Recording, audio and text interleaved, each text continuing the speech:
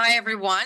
I want to welcome an incredible guest today that I've been looking forward to having this interview with because it is going to be a very deep, deep rabbit hole that we're going to go down.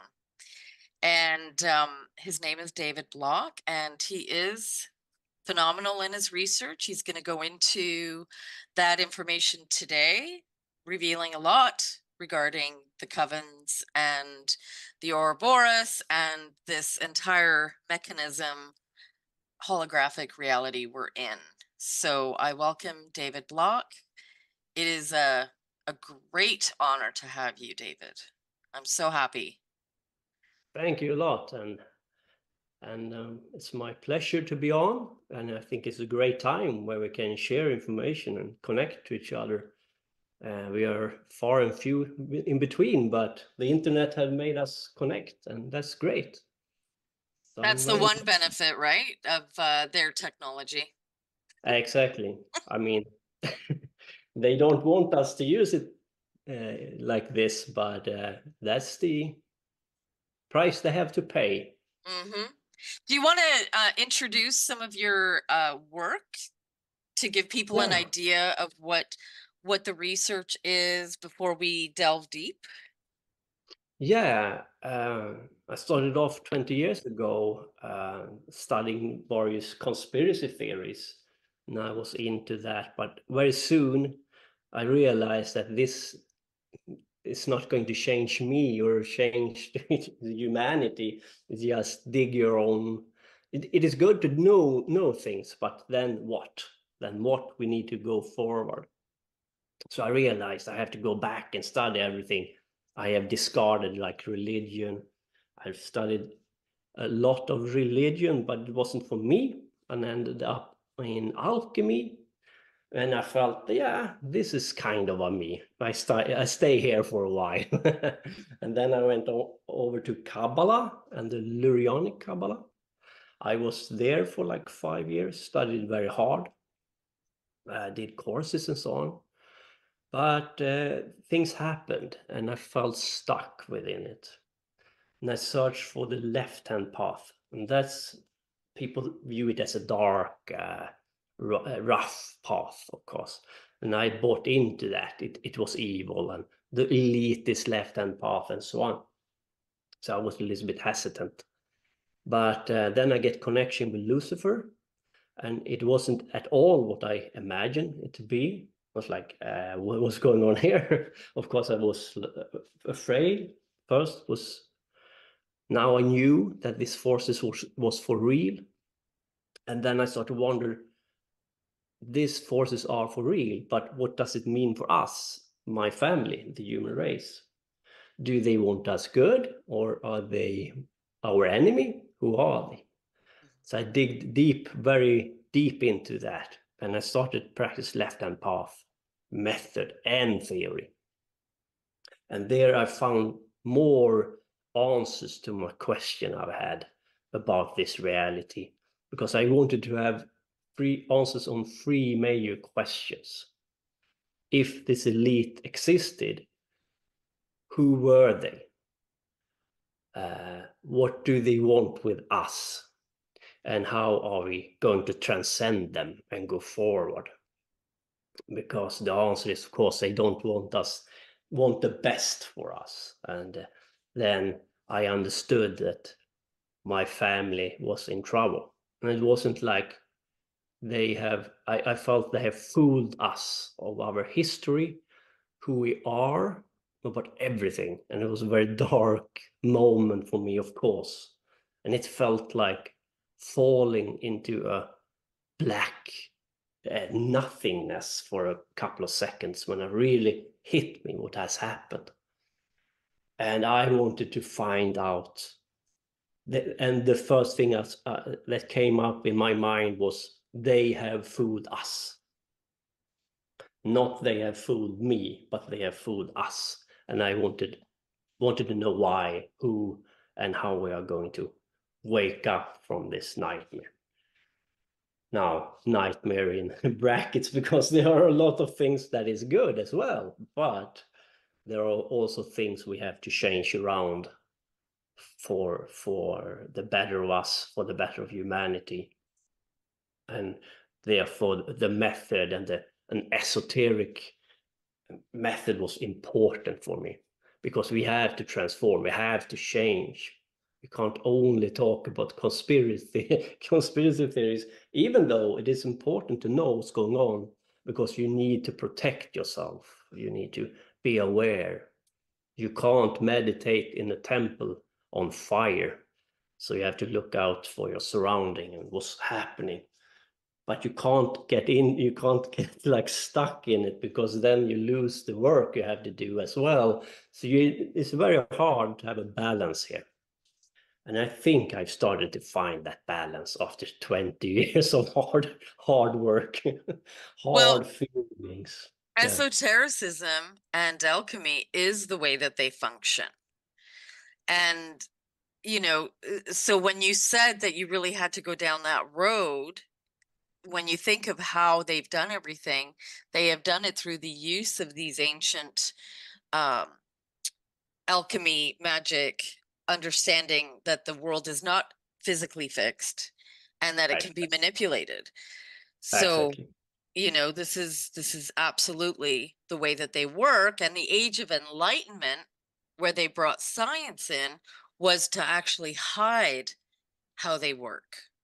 Yeah, Hmm. true. And I started, yeah, sorry. Hmm. And when you said that you met Lucifer, and you also mentioned that you did a specific kind of Kabbalah, you called it the Lurian Kabbalah, was it? Yeah, exactly. Can you Yeah, explain what that is? yeah. There are different kinds of Kabbalah. The Lurianic Kabbalah aim is to go back to source, go back to light. They call the creator or the God or whatever you want to call it, the creator. Their aim is to go back to the creator, to source, and end the reincarnation circle. So they want to end it. And this is a right-hand path method, because their goal is to go back to source and never to come back again. And according to them, that's the purpose for us. That's the purpose for the human race. We are here to have this experience and then go back to source and the experience and go over to a different state. They don't necessarily say that we will end or go into oblivion, but we will end up in a different state as spiritual beings.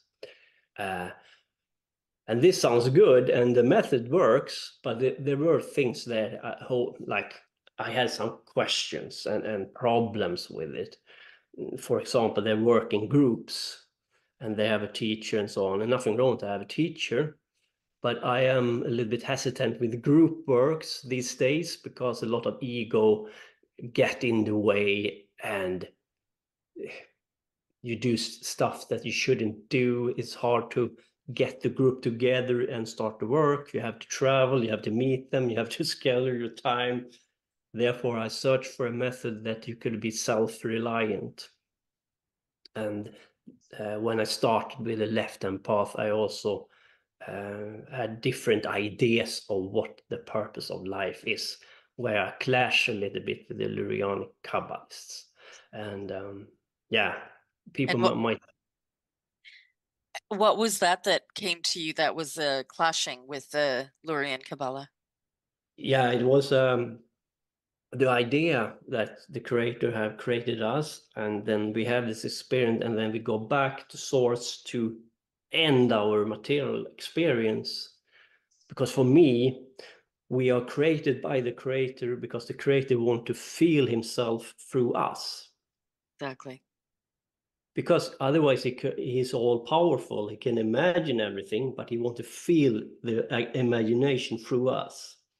And I think this imagination have just begun, and we can help the creator to feel much more. And I think it's a mistake to go back to source, because he have missed out a lot of experience through us, because we have been trapped here through the demiurge. And I think we have just started this experience, and I think we can give creator much more feelings through us than we have done so far.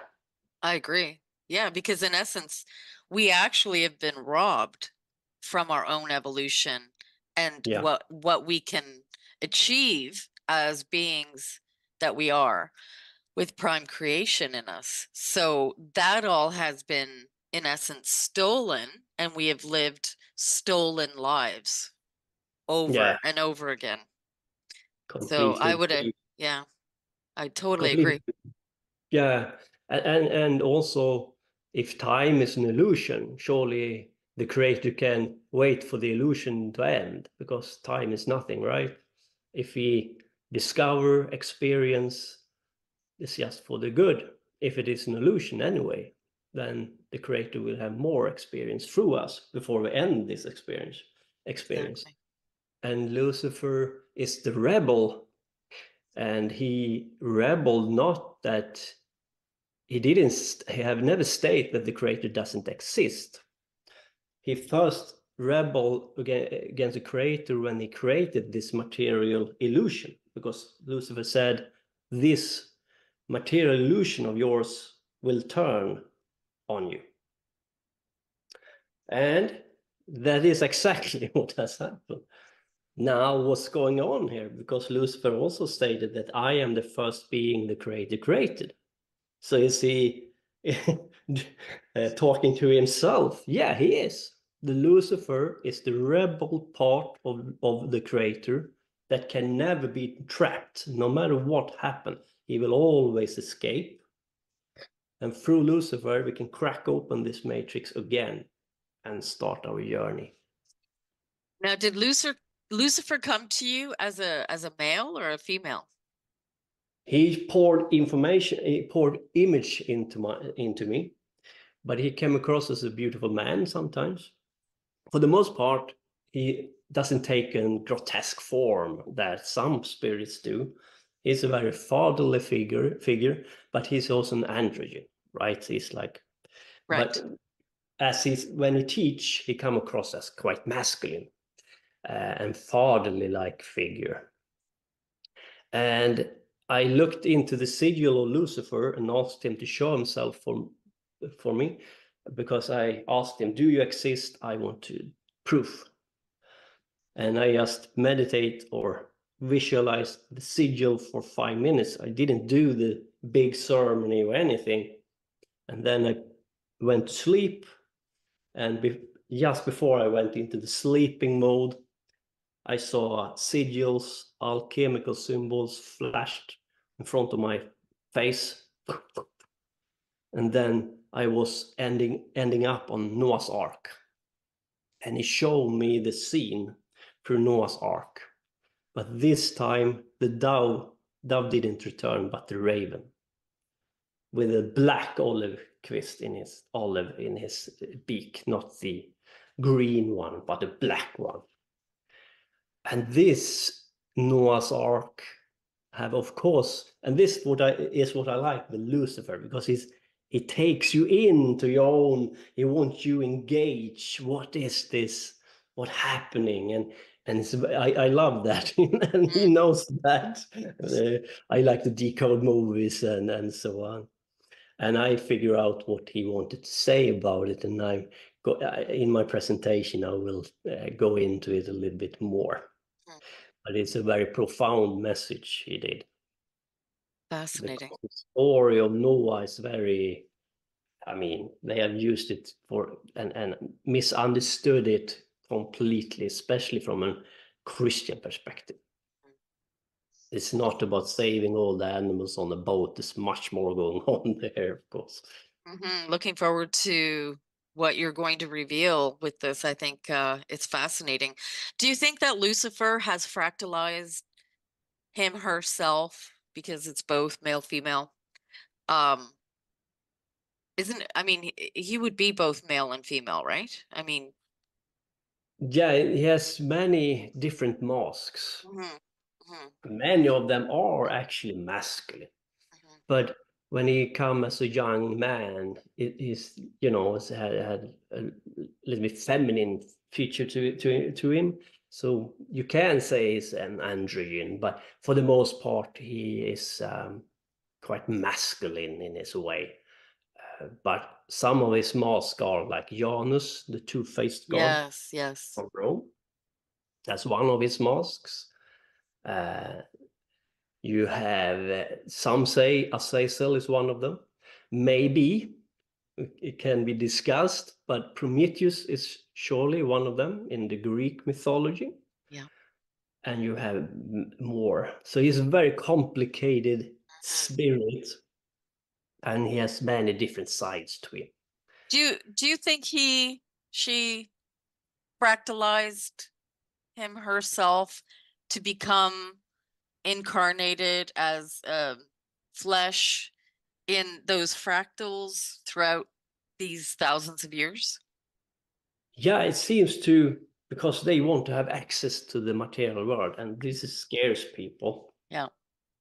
Because if they are this powerful, what do they want, and what will happen if they get access to the material world and so on? Are they really our friends?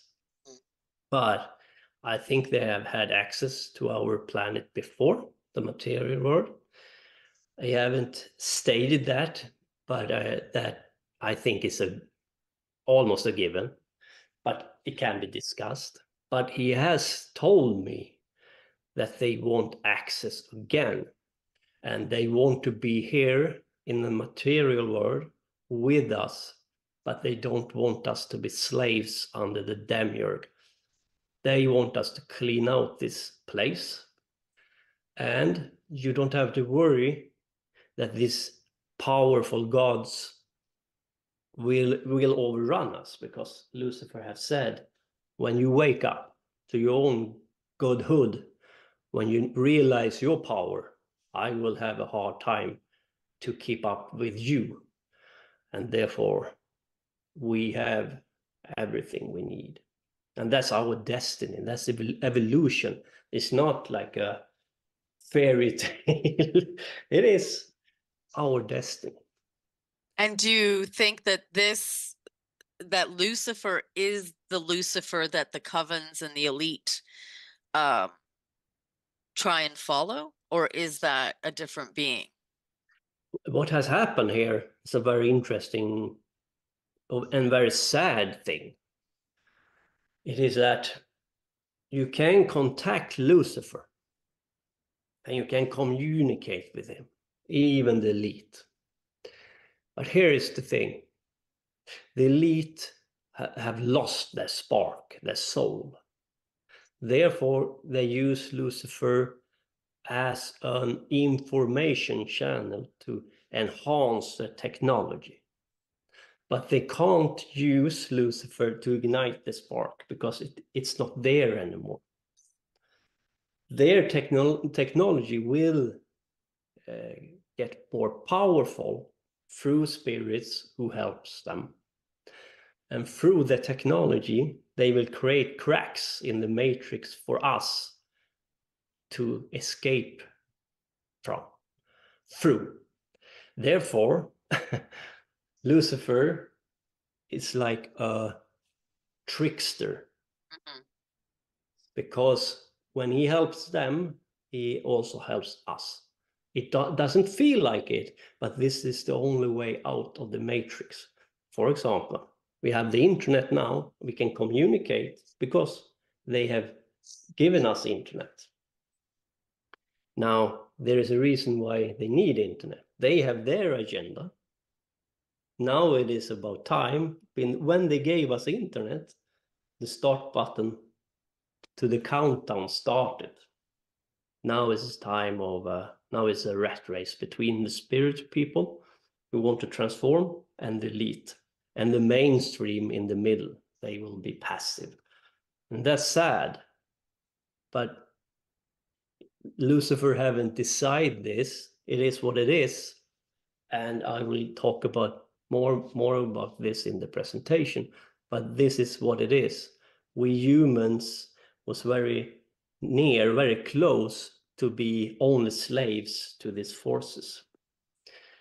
But we managed to escape these clutches. But the war is still going on for our soul and for our evolution, for our destiny. Ultimately, the thing that I've been saying is that we are being used as their technology. So they're creating technology to use us as their ultimate technology because they don't have a soul, and because without us, they're eating themselves out of existence, because there's only a finite amount of energy that they have within themselves at the point when they lost their soul. Yeah, And so that, and what we have within us in terms of the ability to create is the substance, the oil that they're using.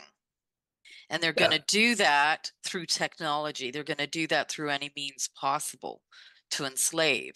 So, um, from your research, it seems that you've come, you're going to, this is all about that, really, ultimately. yeah. The reason why I focus on this is because I know this is the war. This is the end. Yeah, Either we wake up or we will end up as slaves yeah, to the demiurge. yeah. That there's no other way around this. Mm, This is it. And we can see it, we can feel it, and we have to do it now. We have to transform. We have to realize that we have been fooled, taking back everything, go back in history and realize what has happened. And as you said, they don't have the creativity, they don't have the soul, they don't have the spark themselves. So how can they create technology? Well, the answer is quite simple because the technology has always been there. After Atlantis, this technology was spread. Now the technology was a little bit different, but the technology they create now do the same thing as the technology that they used before. This is another way of doing the same stuff they did before. They don't invent anything new. They only re-engineer what they already had. And they don't want to share that with us because that's the game. Now, do you think, two questions. One is, do you think there's a difference between Satan and Lucifer? Two, do you think that these beings are not entirely human, these coven elites in origin of lineage, that they're connected to the Elohim, Anunnaki, Atlantean hybrids, Nephilim, Watchers, you know? Yeah. Satan and Lucifer is not the same. Mm, When we talk about Satan in esoteric meaning, they can mean a lot of different things, like Anto Sandal away called our ego Satan. And you should enhance your ego and take everything you could by force. Might is right, nonsense kind of stuff. But he didn't believe in a deity or god called Satan or a bad spirit or whatever. He was a materialist. Then you have esoteric people who worship Satan as an identity, as a spirit or as a force outside of them. Uh, and then you have like Luciferians. I view Satan as a rebel, part of the spirits, but I'm not specifically drawn to Satan. I much more prefer the Luciferian energy and how we come across. Satan is a little bit more teenage in his tone and how he present himself. mm, mhm. And I haven't worked with the Satan, and that is I don't think I have to. There are better ways to go about this. Who do you think Satan is? So Lucifer being the first creation, Hmm. who then would be Satan? Yeah, this is a very good question. Uh, they have jumbled this information around a lot. because you can call some call like Saturn Satan. Then this is a very hard pill to swallow for the Christians. But Saturn is Ninurta, and Ninurta is Enlil's son, and Enlil is Jehovah. So if that's the case, then if they say Satan is evil, well, it is Jehovah's son that is Satan. So if you call him evil, well, it's Hmm. that's what the Christian Gnostic picked up uh, in the year zero, and they really thought that the Christian God was the demiurge, and there is a truth to that. Now, some call Satan, another name for Satan is Samael, and Samael is very close to Lucifer. Then you come quite close to Lucifer and that kind of a force. Hmm. If Satan is Samael, then it's a completely different thing going on here. Very misunderstood, because Samael has a bad rap. And you shouldn't work with Samael if you're into the elite mindset. And this is the thing, and this is what has happened. These people start to work with the left-hand path. They start to work with Lilith and Samael. And when you do, you need to go all the way, have the right mindset. You can't be a psychopath or a narcissist, because then you will fall. And when you fall, you will lose your spark. You will fall hard. You will be more into materialism than before, not the opposite. You need to have the right will, mindset, and the reason why you will want to work with these forces. And of course, you have an esoteric elite know this, and then they have politician easy to fool, give them a method. They know that this psychopath, narcissist, politician will not do it for the right reasons, because they can't. Hmm. They will fall. They will fall, and they will film them film them and have movies on them when they do stupid stuff, and then they have them. And so we have who Jehovah is, then who is Yahweh?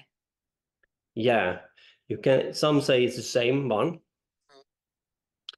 So Jehovah and Yahweh is the same God. It is debatable, really, because you can also say that Yahweh is Enki and Jehovah is Enlil. But they seems to once again jumble around the information a lot. Right. But Exactly.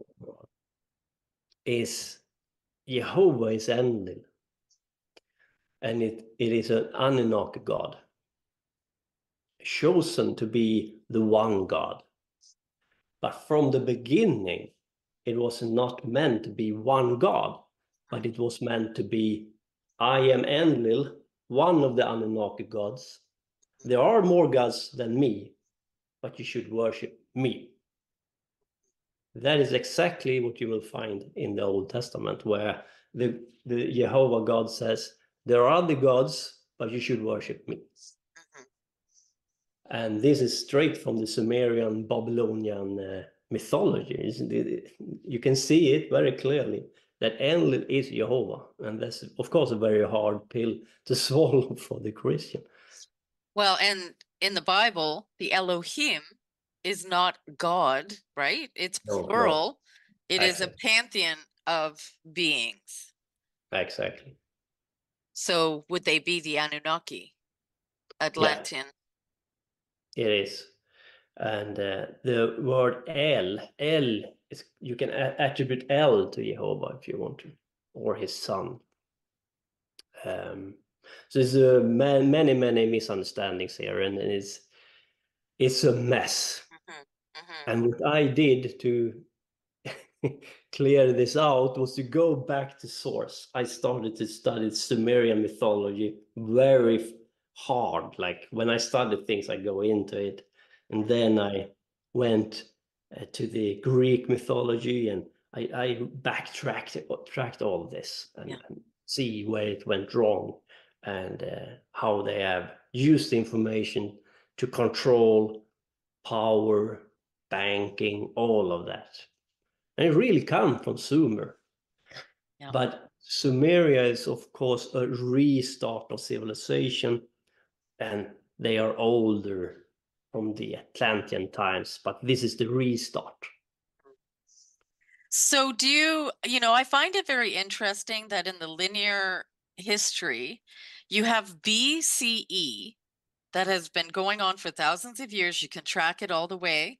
And then suddenly they decide to make it 0 and then 1 AD. Yeah. And they hijacked the entire calendar. They removed an extra month out of the year. They changed the beginning of when the new year is, which is not January. So everything changed. You lost 1 day a week. Everything in the linear time was completely hijacked. In Yeah. that 01 AD, what happened? When you research, what have you deduced? Yeah, this is a very hard topic, and what I think happened is that there are many. It's a long answer, Mhm. so let me take you on a ride for a little tour. Then Rome was very close to implode the year 70, and uh, it was because of the Jewish people. They rebelled against the Romans, 65 AD or 66. The Romans have had a huge border, so they waged war against, I mean, a lot of people, and they have lost many, many soldiers. And then this bothersome Jewish people started to to rebel from inside as well, and Rome was on the brink of collapsing. Now, what to do? The Jewish people waiting for this warrior Messiah, and they didn't view Jesus as their Messiah. They're still waiting for a warrior. That's a horrific thing for the Romans, because if this warrior Messiah would come now, everything would fall apart. Well, what do? We create a religion where we tell the Jewish people that their Messiah have already come, and this Messiah was of peace. And you have crucified this Savior. You are to blame. And you did it back then, back in time. Right. And I think they needed a huge shift in the mentality, because at the same time they wanted to pacify the Jewish people. They wanted to have a unifying religion to unify Rome into one people with one belief, who can withstand all the forces that came outside of them. They needed a huge event, like God was here, and to really take in all the different belief system within the Roman Empire, and to unify them under one religion, to to have a chance against these enemies of theirs. Now, I really think they took real characters from who have been like back then 30 or 30, but different esoteric people, like Polyos of what's his name, uh, Ben Stada. I think they have taken some traits from an esoteric person called Ben Stada.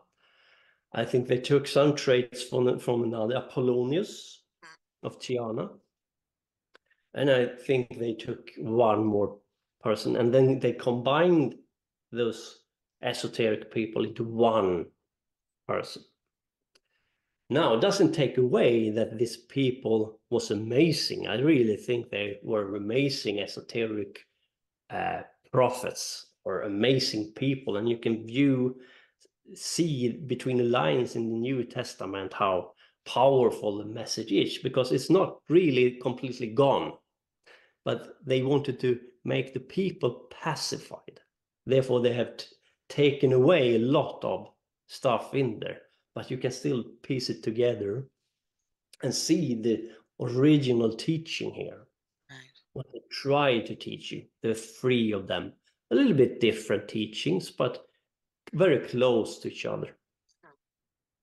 Now, to have a year zero is a very powerful message to send, to say, this is year 70. This person, we should give him when this God came about, it should be a zero, and we should unite around this religion to save Rome. Was the main idea here. And but the New Testament, it is profound, and this free prophets or esoteric masters, I think the character is based on, had a lot of knowledge, and we can see it. We can decode it really still. But he wasn't that peaceful Messiah they wanted to create out of this character to pacify. You can read it, and you can see he's clearly not a pacifist, or he's a rebel. He's not that person. What he's teaching is you can become like me through method and dedication, and you shouldn't be passive. Exactly. Exactly. Yeah, greater than these things will ye do. There's in the ancient history, when you're trying to piece it all together, there was a point where the gods walked with man. Okay. Which I also think was around the time when this 0 AD came into being, when you see that some kind of a large exodus happened where they left. They were no longer walking with man, which is Yeah, very interesting. it is. That is a very good question, and also very hard to discern, because in the Sumerian mythology, they are quite clear that these gods walked among us. Hmm. And when did they stop walking among us, and why? Hmm. Exactly. And I agree with you. It is, of course, more things going on here than only what I talked about. That's one layers upon this. Hmm. I think we don't have a clue exactly what was going on back then. I think a lot. And we can see it. It was like, yeah, a huge thing in human history. And I think it was they were quite close to open up the stargates and so on through a couple of very powerful esoteric masters like the Jesus characters, because I think it is based on more persons, more people than one. Doesn't take away the powerful message, don't get me wrong here, because I'm not an esoteric left-hand path practitioner who like hates the New Testament because it's a Christian. You can clearly see a deeper message, and you know it because Jesus used some left-hand path method in the New Testament. Like Uh, what? when he died on the cross, you can there is a method in the left-hand path if you are very powerful and have done all the works, not all, but very, you have come very far. When you die and your light leave your body, you can have an implosion where you create an illusion of yourself. And then you can act on the material plane for a while before your hologram disappears. Right. And that is exactly what it's did. Yeah. And apparently, at the point of dying, there was a huge earthquake that Mm, happened, and the entire sky went black yeah, with a lot of lightning. So there was an absolute physics change at that moment to yeah, reality. Yeah, and that has been recorded. Yeah. yeah. Very interesting take Hmm. on that, and yeah, a very profound thing happened there. Hmm. Hmm. And I think the Romans tried to take advantage over what happened back then Yeah. to create this illusion and control. And make no bones about it, the Roman Empire is still alive and kicking today in Vatican. Therefore, they succeeded to save Rome. And I think we are in Rome. Yeah. Well, yeah. So who do you think, when I asked in terms of the lineage of these the coven keepers, I call them, and the elites, right? What lineage origin do you think they are? And who was Noah also? What was, you know, Yeah, very good question about Noah. I can give you the answer of the elite. And this is very interesting. You have Rothschild, for example. They claim to be ancestor of Nimrod. And who is Nimrod? Let's examine that, because then we have the answer. At least not all the answers, but Nimrod was active when the Tower of Babel was created. But Nimrod didn't create the tower, but he destroyed the tower. Nimrod is Ninurta, and Ninurta is Saturn. So what's going on here? If we decode what's happening here, we have a lot of answers to the questions. Now, Nimrod was an esoteric priest who was worshipping Ninurta Saturn. But during this time, and in esoteric practice, you're supposed to mimic your chosen god and take in the force and even get possessed by it, maybe. So he become an active force on the material plane on behest of Ninurta, acting out Ninurta's will in the material plane, destroying the tower because the Mardukites, it was Marduk's priest class who built the tower. They tried to open up the matrix the demiurge had created to go back to God again, or the gods rather. But Ninurta, Saturn, the demiurge, the black cube is a symbol of the demiurge Saturn force, didn't want this tower because they want us kept in here in this matrix prison. right? Now, this is 1850 before Christ. And Rothschild claims ancestry to this priest class who are or have, according to themselves and according to the mythology, genes from the gods, because they are 1/10 god, or one depends on how much they have intermarriage and so on, and kept the bloodline.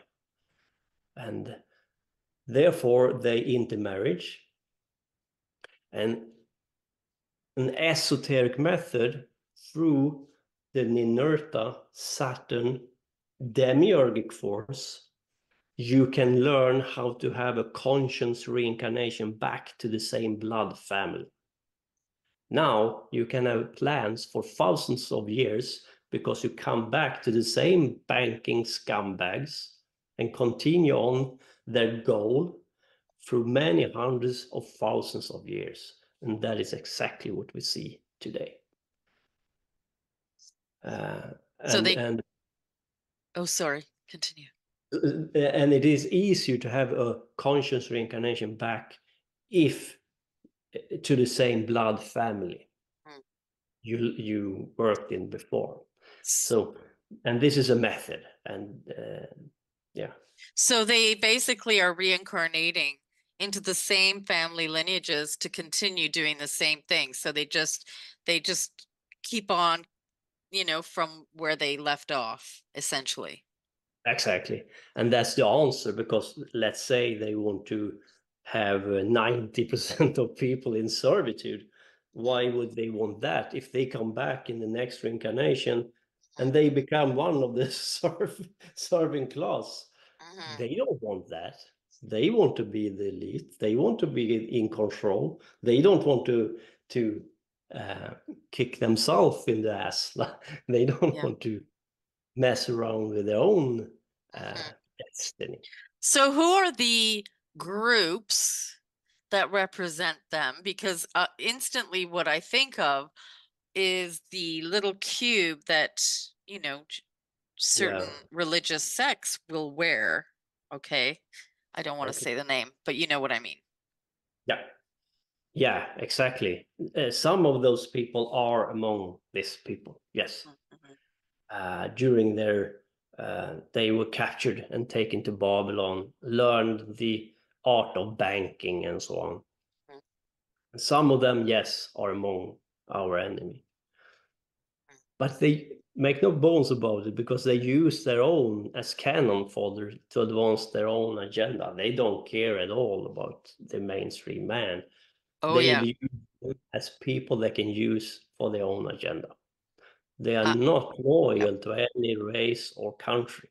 They are loyal to a plan or to a philosophy Oh of life. yeah. That I've noticed throughout like the things that have been orchestrated that it's been done by them actually Hmm. for the most part. Yeah, so I agree.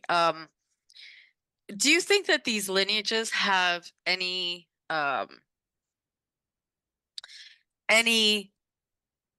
metaphysical abilities that are more activated in them?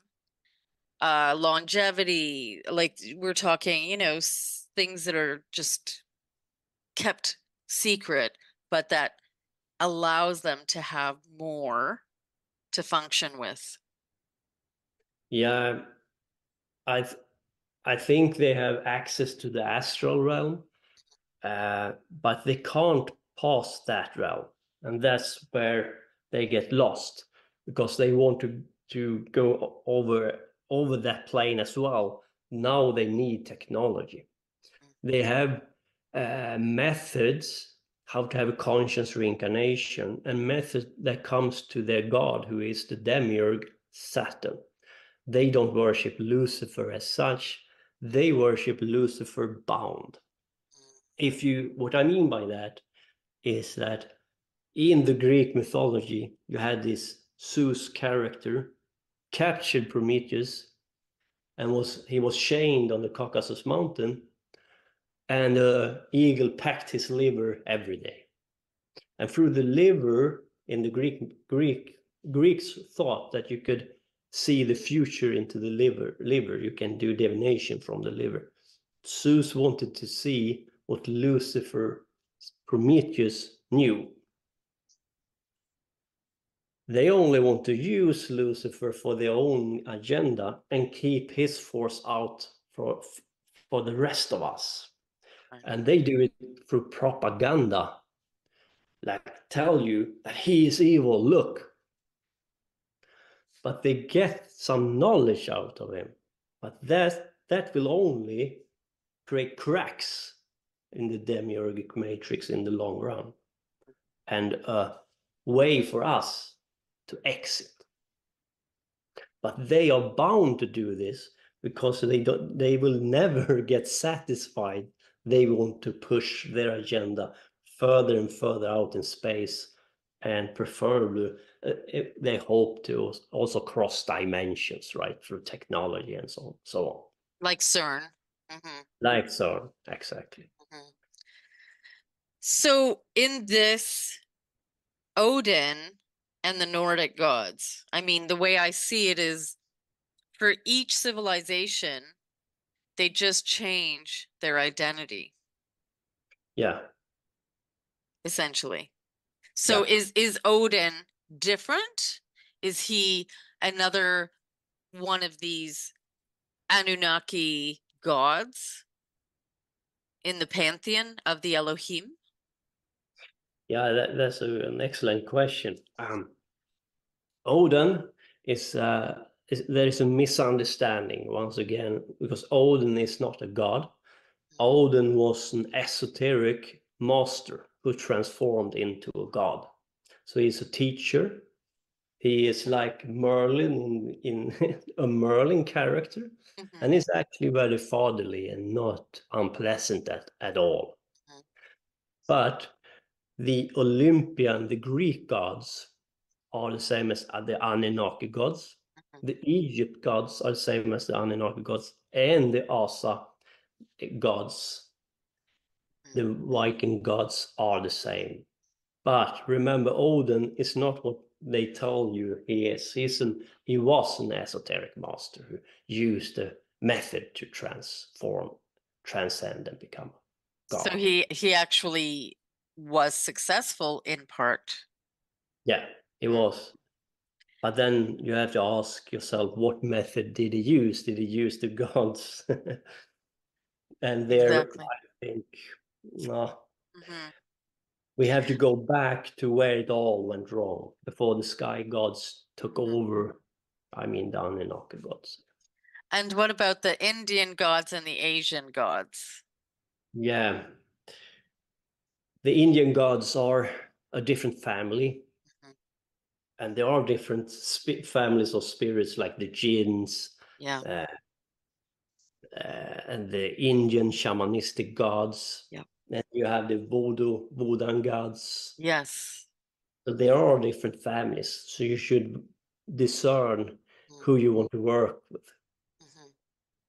And I have allied myself with the Watchers, with the ancient gods, Hmm. one who people view as dark, Hmm.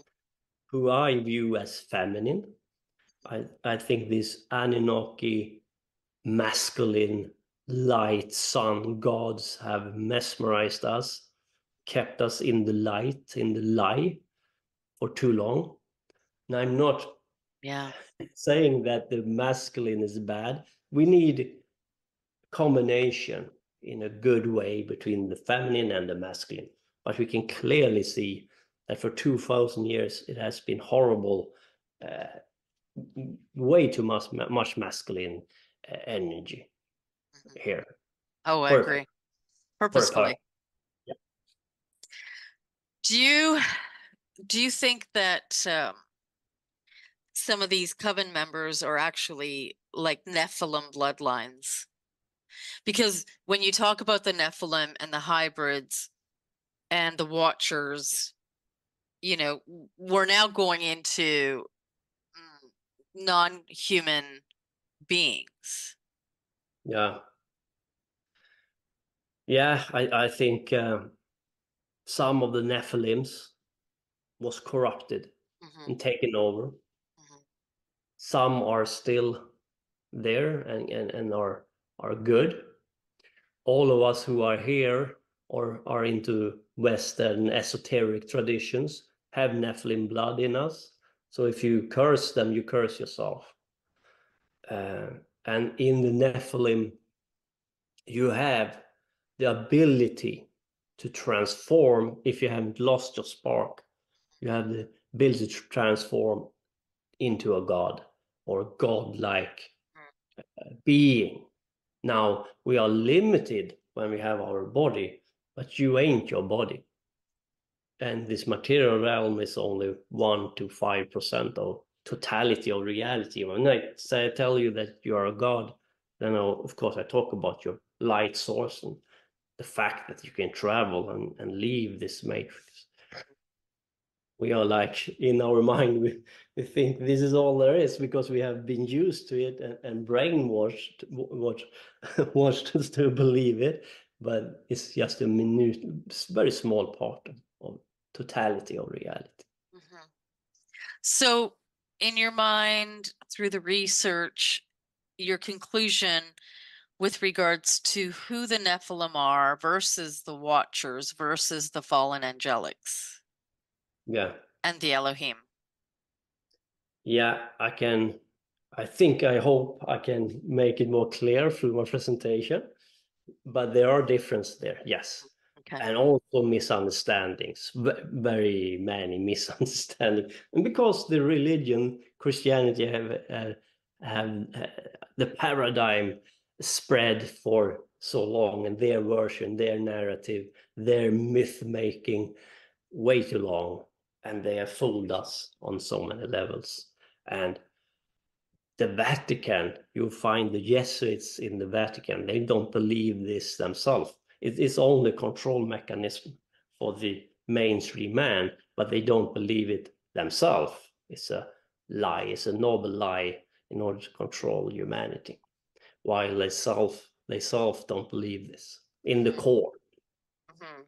Right, because it's an inversion of the truth. So in order to hide it, they're gonna I always found it interesting, especially, throughout the Bible where it really doesn't encourage you to go seeking astrology or like it Yeah, basically says, you will be damned if you go near any of these things, which I always found very interesting, given that that is the very thing itself that is used to discover all of this.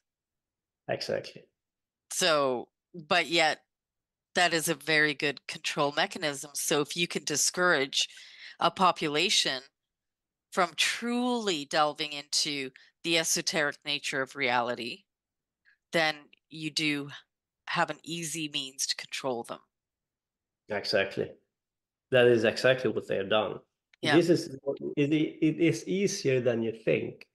You take a profound truth and then you invert it because something echoes in the fact that you build something from a true core. This is the same with the movies. When we watch Matrix, we're like, this is something that draws me in because there are profound truth there. And movies that resonate from a core of truth will always be interesting if they do a good work with it, because we feel the authentic that it is authentic, an authentic core in the message what we are viewing. And that is exactly how they created Christianity. They have a core, and yeah, then they keep some good part of it, and then they spread lies from the authenticity of it. exactly. Now, you had mentioned that you follow the Watchers, and Hmm. you said that in your presentation, you're going to go into the differences between the Nephilim, the Watchers, the Elohim, and the fallen angelics, Yeah. the fallen angels. Um, did you want to go into your presentation now, or? Yeah, we can do it. If you Sure. want to. All right. Let's So do it. I think you'll be able to share screen, no problem. Great. I hope. Yeah, it seems.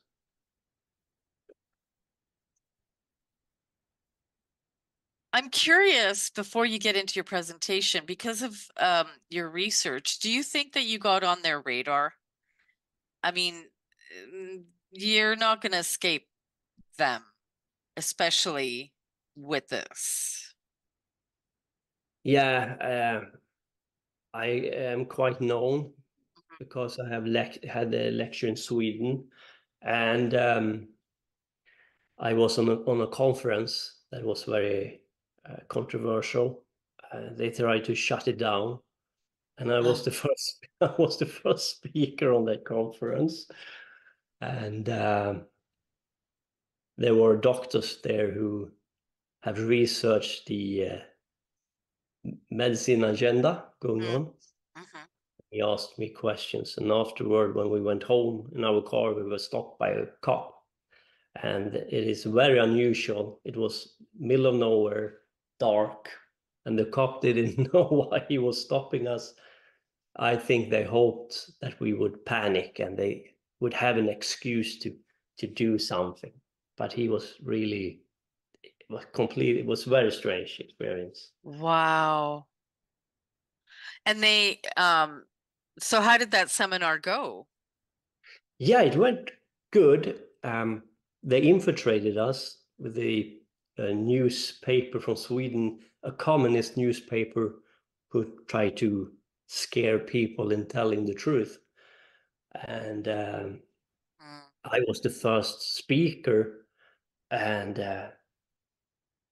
I was like, because I worked as a teacher before, and I did a very good impression, and people standing up, and I had a standing ovation, and yeah, I set the bar, and everyone was high spirited after that. wow.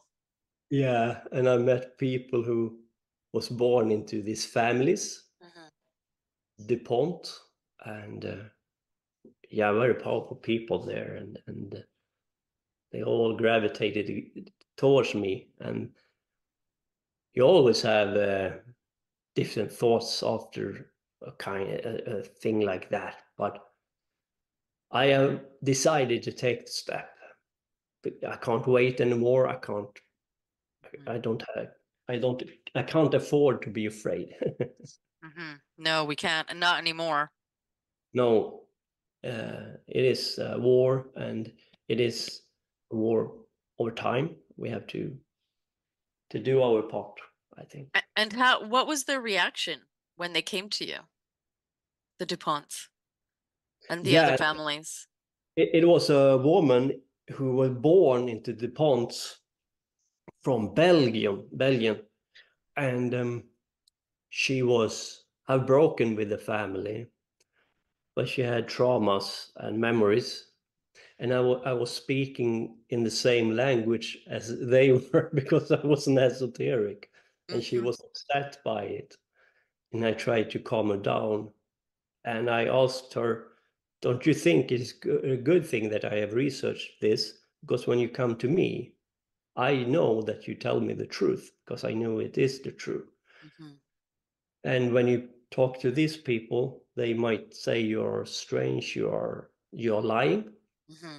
Isn't it good that we can talk? And if I didn't have this lecture, Hmm. you wouldn't you wouldn't find me." And Right. I get her number and everything, and yeah, I think she calmed down. Yeah, incredible. Says it was very powerful. It was last year, actually, 1 year ago from now. Um, and I have had spirits attacking me, uh, Mm. magicians. I have all kinds of, yeah, Yeah, that's what I was kind of worried about because I know how they operate. yeah, horrible people, horrible forces. Mm-hmm. There is a war, and the watchers have told me so. It's not a secret.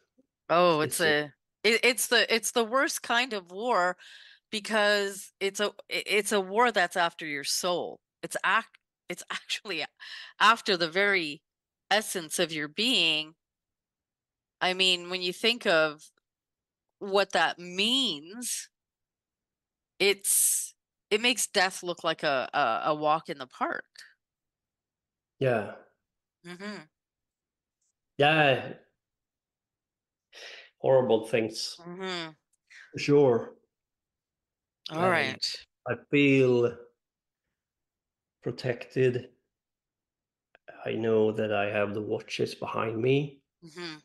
On Yeah. the Eden Bite show about Lilith, Fire and Lust, the Hmm. fifth one, I was pleased with my presentation and everything, but when you had delivered your stuff, it's like, Hmm. I Hmm. went into the kitchen and my girlfriend went behind me. And when we were there, we saw the lamp in the roof just flared up, Wow. went down again to normal light. And that is the first time that has happened with that lamp, and then normal again. And my girlfriend was like, Yeah. that Yeah. wasn't normal. I said no, but it didn't feel unpleasant, rather the opposite. It was a way to say thank you. Hmm. And probably a way for them to let you know that they were right there in your presence guarding you. Yeah. Hmm. Yeah, profound. Yeah, I would say you're very guarded. Maybe you can explain to us who the Watchers are and their lineage and everything else. Yeah. So, Yeah. Yeah, we'll do a try. And I have a quite long presentation. I hope it take 1 hour. I will try to have it straightforward. okay, so I, do you want to take 5 minutes? Because it's been an hour and a half. So do you want to take Hmm. 5 minutes before we go into this? Yeah, sounds great. Okay. All right.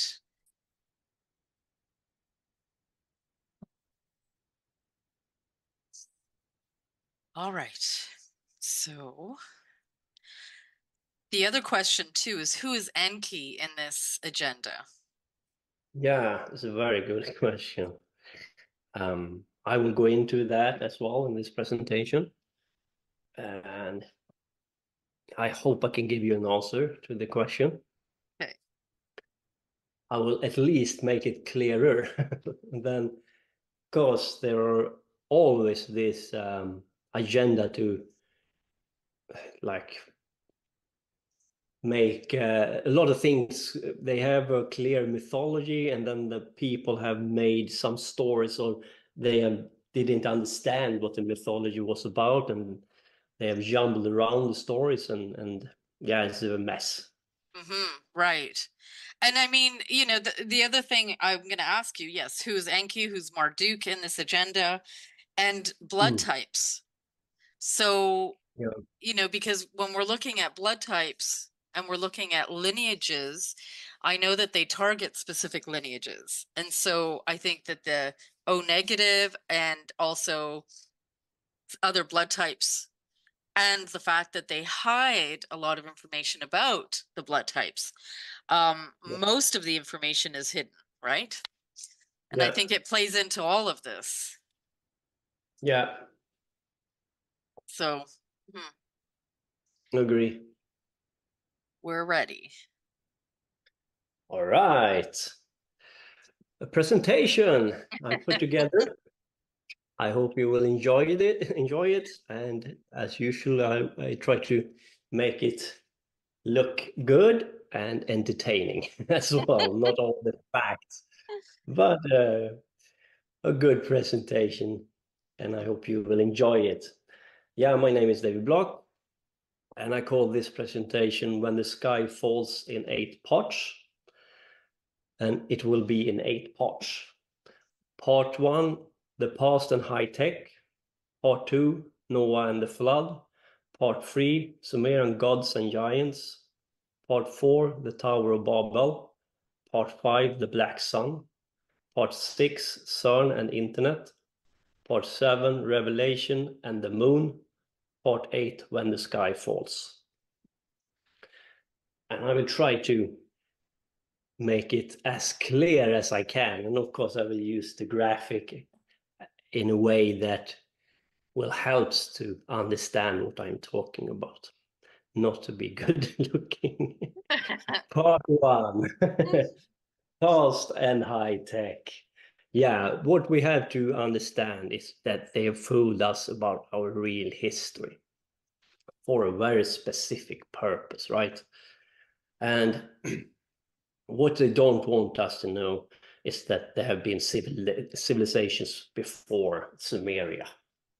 They want us to believe that civilization began in Sumer, but it didn't. It didn't, and we know it today. Then the question is, what kind of a civilization and what kind of knowledge and technology did they have, and what happened? I think after Atlantis, there were a couple of different groups, and they argued about the technology.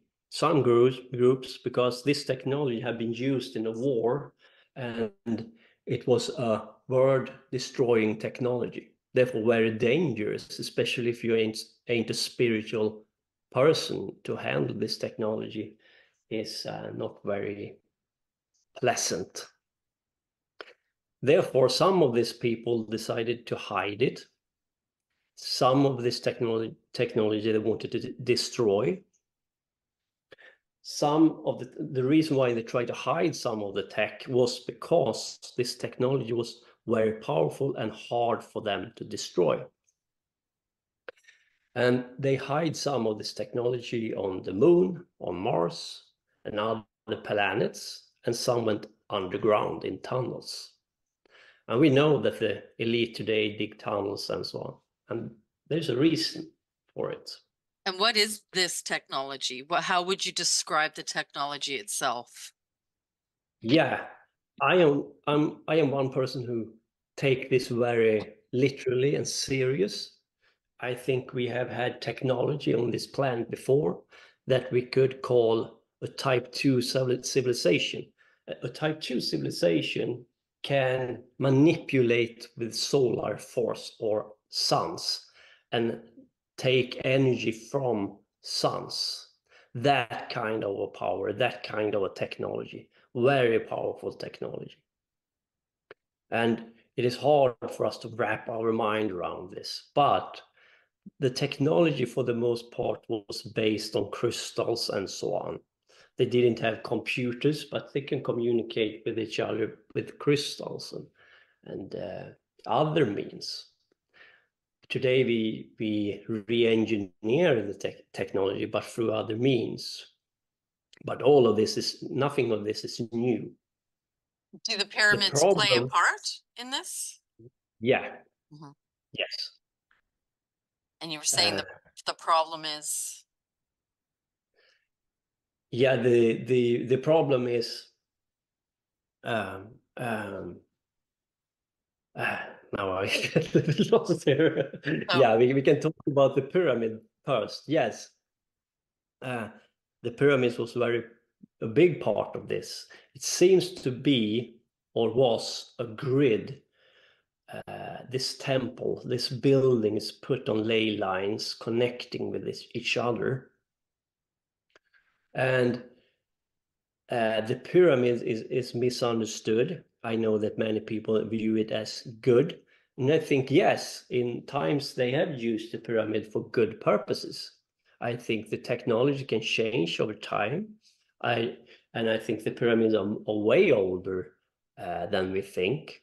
And I think this Atlantean period was lasted for thousands upon thousands of years. Therefore, this is only the end of a huge time span where they use technology for different reasons. And I think a very nefarious group of Atlantean took over this tech and changed it and used it against us. And I think that the pyramids became a part of a system to harvest our energy force. And this solar energy stealing thing is also through us because we are a sun as well. Within us, we are a sun in the making. We are gold. The sun are gold. And the Anunnaki came here to mine gold, right? To steal solar energy from our sun and our energy, our gold within us. They are here to use us as a source. And of course, we can go back to the movie Matrix again, right? They are really telling you stuff there, according to me. mm-hmm. And this technology, they have had a hard time to reproduce it because our planet was destroyed, not in totality, but through the technology during this period, we had gone back to a Stone Age situation where you still had some elite knowing about the technology, but they couldn't produce it because if you produce the technology, you need factories and an infrastructure in place and that infrastructure was gone through a global catastrophe. And I don't think it was meteorites or stones from the space who destroyed the civilization. I think it was a war that destroyed the civilization through technology. Mm-hmm. And if I can speculate a little bit, that if you can take solar energy from our sun and transfer it to Saturn, for example, who seems to be a sun as well, but then you have the mythology about the Saturn golden age the elite want to recreate. Well, if they have technology in place who can take solar force from our sun and transfer it to Saturn, then Saturn becomes like a battery where you can recharge it through solar force. Mm-hmm. And maybe that is the rings that going on there, and the crystal in the Saturn rings and so on. I can't say that I know that, but it would explain why did the Anunnaki came to mine gold. Mm-hmm. I don't believe for a second that they are talking about gold as the material gold. And do you Now they think, can, mm, oh, sorry. I was just going to say that through the augmentation, the alteration in the genome, we can tell that a lot of copper and gold was removed from our DNA, from our body. And what was replaced was iron. And that was a way to hack the genome to actually further corrupt and devolve us, right? Which I think has a lot to do with what they did. Yeah, very interesting take. And yeah, and physical gold is also something they wanted, because physical gold is good for to lead electricity. And Mm-hmm. that's part of this grid, the grid between temples and so on. Mm-hmm. And imagine a grid with temples, pyramids, structure over the globe, Mm-hmm. and on ley lines, aiming at the sun or a fixed star like Sirius Mm-hmm. or Tuban or wherever, to transfer solar energy from our sun to another star. And the Anunnaki claim that they have different kinds of fixed star under them, Mm-hmm. like Aldebaran, Sirius, Betelgeuse. Mm-hmm. They claim this star as their own. Now they came here to mine gold, maybe to transfer our solar force to their star, fixed star, through technology. Therefore, they came here to mine gold. And if they can connect us with a planetary grid as batteries, and now I come to very dark stuff, then they can mine us as well, use us, Mm-hmm. take our energy. And what would they use to do this? And also, was this when they brought the moon in? Ancient Native Indian lore says that the Mm, moon wasn't always here, that it was yeah, actually brought here. yeah. I think the moon is part of this system, Mm-hmm. and we will talk about it later on. But it is part of this system, and I know this is far out, but allow me to put my case Mm-hmm. for you. And you don't have to agree with everything I say, but I will give you as much evidence as I can. And we will talk about Enki and Enlil and so on, and this grid of the gods. And yeah, it's a huge story here. How did they mine our gold? I know you'll get into that. So, Yeah, is this is a very strange thing with the pyramids. Seems to be the main hub for the mining operation. Mhm.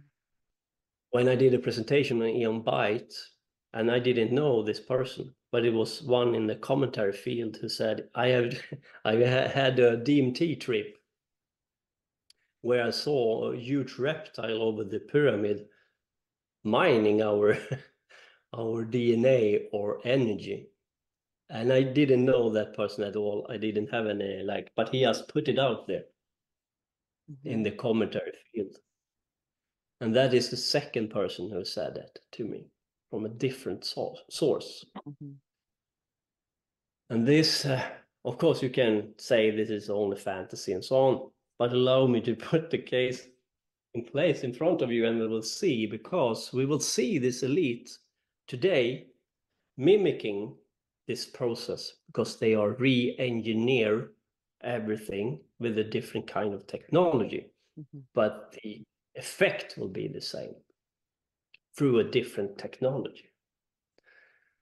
Therefore, I think this pyramid we see in Gaza and in Giza, sorry, in Giza and so on, they've been stripped of their technology because it was a war over this technology after this destruction of Atlantis, because there were different priest class, esoteric priest class, who couldn't re-engineer the technology at hand because the infrastructure wasn't in place. Therefore, it became a war over the technology that existed. Mhm. Therefore, I think the pyramid are stripped, and what you see is only the shell of a machine there, powerful machine. Mhm. And I think the capstone was made of gold, and it could aim a beam from that capstone into specific sun. Mhm.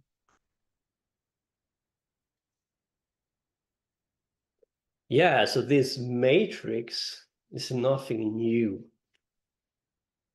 And I used to say that we can see uh, how, if we analyze how the esoteric elite behave today, we can know how they behaved before, because they have the same agenda, nothing has changed. They have different technology, but the aim is to have the same effect or outcome. And you will see this today done through computers, uh, electric wires, interplanetary internet aimed at our moon, and on we go. But they have almost completed this infrastructure grid again. Therefore, they will have the same effect they had before. I don't think they will have a type 2 civilization soon, like being able to use and manipulate solar energy, but they will have it quite soon. That's the next step for them.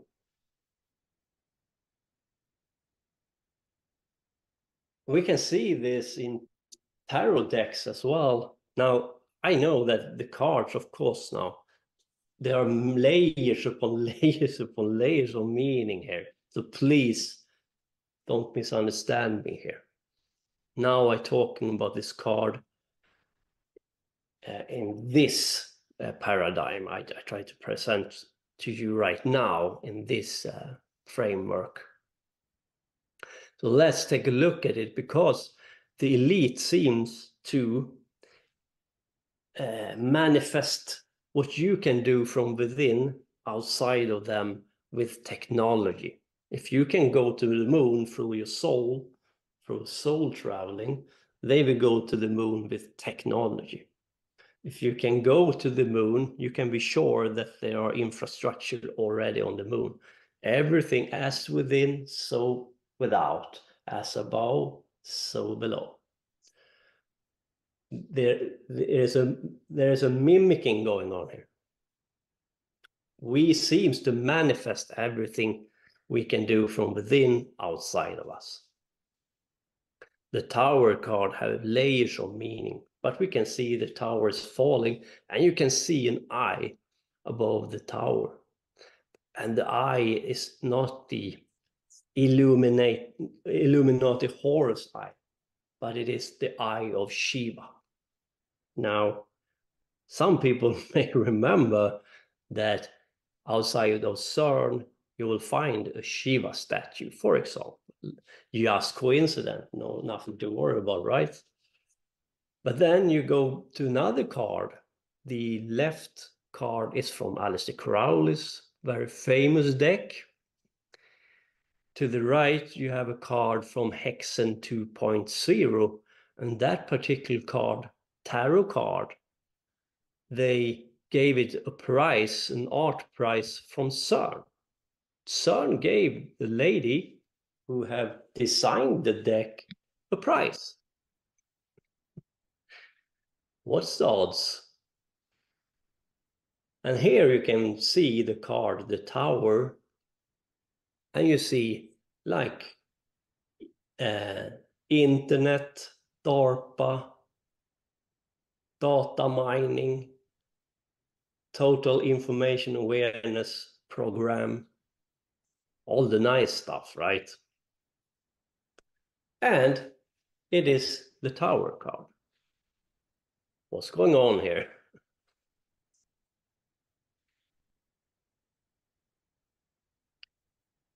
So what happened before? Let us go back again now to Noah and the flood, and we talked about this before, but this is a huge thing, and people are completely missing the point here. Therefore, we have to, if you're going to make sense of what is happening today, we have to go back to the flood and what happened here. Well, we have to go back to the Anunnaki gods, Enlil and Enki, and to understand who they are. Enlil is Jehovah. It is the Christian God. And in the Old Testament, it states, he flooded the earth. And I connect this incident with Atlantis and the fall of Atlantis and what happened there. And the Watchers call Jehovah, the Christian God, the golem God, the false God. And they said they wanted to flood humanity because he wanted to get rid of humanity. Because humanity have made too much noise outside of our earth or the material plane. Through technology, through spirit, for soul travel, we could create some noise outside of this material realm, and didn't like it.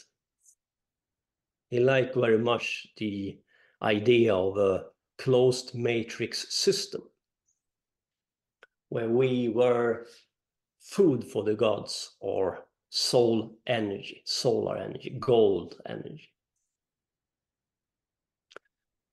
He decided to flood the planet.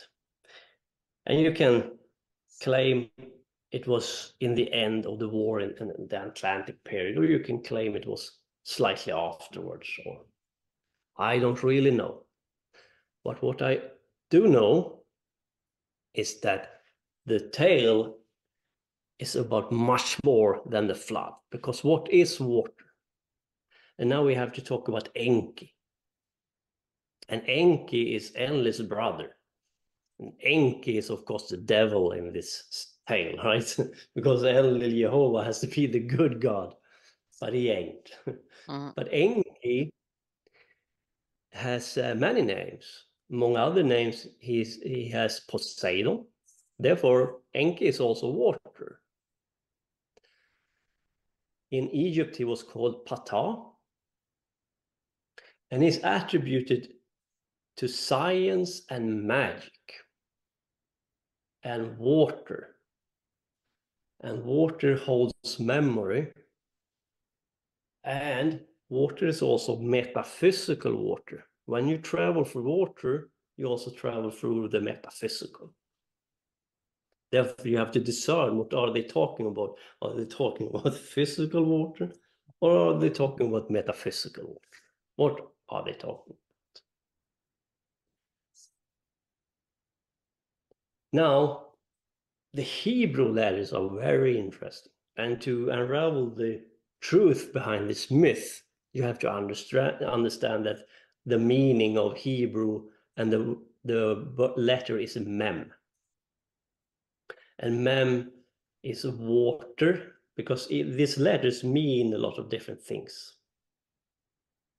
And mem, the Hebrew letter mem, means water, people, nations, language, and tongues, and of course, memory. What did the golden god wanted out of this flood? He wanted us to sever us from our memory, to forget the past, to take everything from us, to drown us in water, to take away our language. And this is familiar from a later story about the tower. And language is also science, because it is through language we can express a certain thing. We can have a scientific language, we can have a mythology language, but without language, or a certain language, we cannot share information, explain hard metaphysical ideas. For example, math 2 plus 2 is 4 is a precise language, but it only means 4. If you limit the language, if you take our memory from us, if you drown us, if you create a catastrophe, then we will be completely in the dark. And there humanity was fractured, and Enlil hoped that we would be servant slaves that couldn't disturb the gods anymore. And if he get his way, he even wanted us gone. At least he wanted our servitude, to forget what we could become, to forget the past, to take our memories from us, who we were. And he shattered our DNA structure. And today the scientists call it junk DNA. But that 22 strands of DNA you can awaken again within you through method. But it is only through work. This was the plan, but a couple of problems here. Enki is Poseidon is water. Therefore, the Watcher stated that the golem god didn't understand that through the process of drowning humanity, he also gave us the possibility to rise up again. He can't drown humanity in water because we are made of a lot of water. He can smash us and he can make it harder for us for a while. But in water is also memory. He wanted to wipe clean through the same process, but that can't be done. But he almost succeeded. And the Watcher stated a couple of things here that is very interesting. And now the Nephilim comes into the story as well. And we have to understand some numbers in the Old Testament before we go forward. But you have this water, this flood, for 40 days and 40 nights before Noah entered land. Now, this is the problem with the story. Because the religious people, the Christians, think that, yeah, he got access to land and this is a triumph. No, this is a failure, right? he took material ground again. He tried to travel through metaphysical water as far as he could towards the crater before the golem god Enlil drowned humanity. He wanted to push his way through the metaphysical to reach the crater, the god, the real crater, before it was too late. But he failed. And everyone knows this who have studied the Zohar. Because what's happened next with Noah and his sons is a horrible story. If you know that, you know what happened. And Noah became desperate and started to drink wine. And of course, wine is a method. For example, water is only water. If you enhance the water with some substance like your blood or wine, you charge the water with a metaphysical substance, and it becomes a metaphysical vessel. It is more complicated than that. But Noah became desperate because he had taken land. He has taken material land. And this is exactly what Lucifer showed me. No, Noah didn't succeed. He should continue to take his boat further out. He should follow the crow, the raven, to deeper waters. But he gets scared and followed the dove to material ground again, and therefore he failed.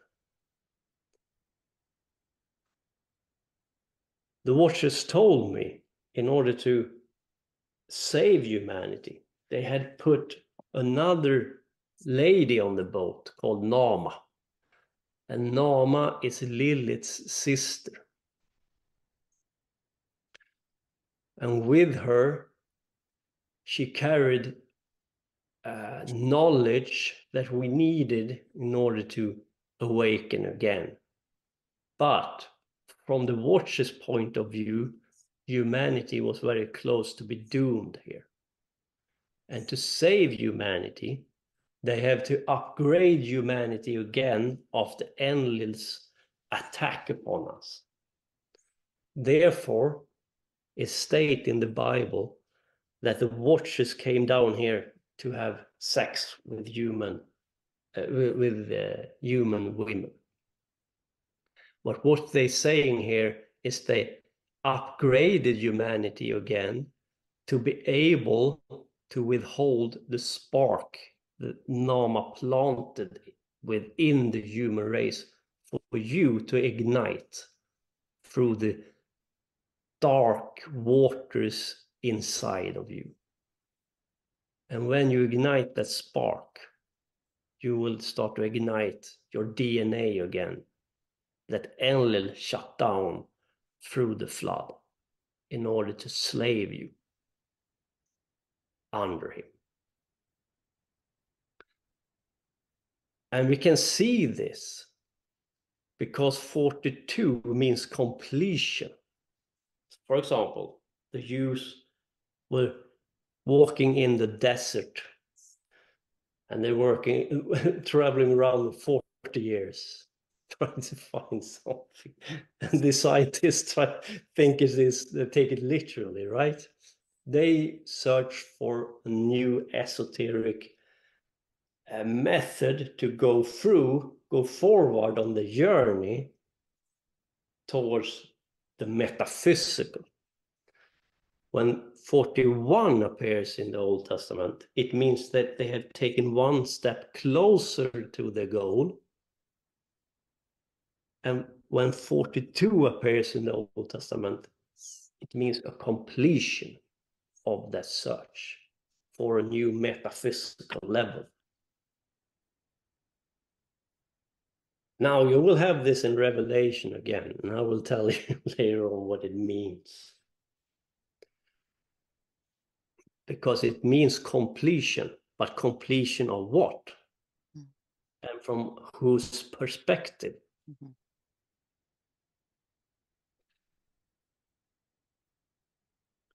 So you see, after this, we entered what we can call a slumber state, where we completely forgot who we were, who we are.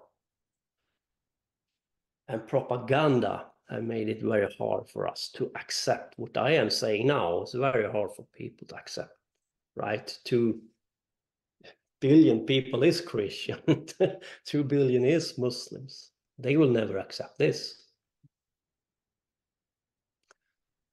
There are very few who can break the programming and start to uphold the possibility that I can be right. Only that is a brave thing to do today, I think. But I see the programming start to break down. But the watchers didn't try to destroy us. They tried to save us from the eternal state of slumber. And today, more and more people are drawn to try to ignite the spark again because they feel something within them. And you can. You still have the spark. And the Nephilim, they are more pure Nephilims. And I am afraid that some of the elite, yes, are Nephilims who have tried to keep their gene pool clean or clearer, but have been corrupted. And I also think they have mixed themselves with the Anunnaki gods.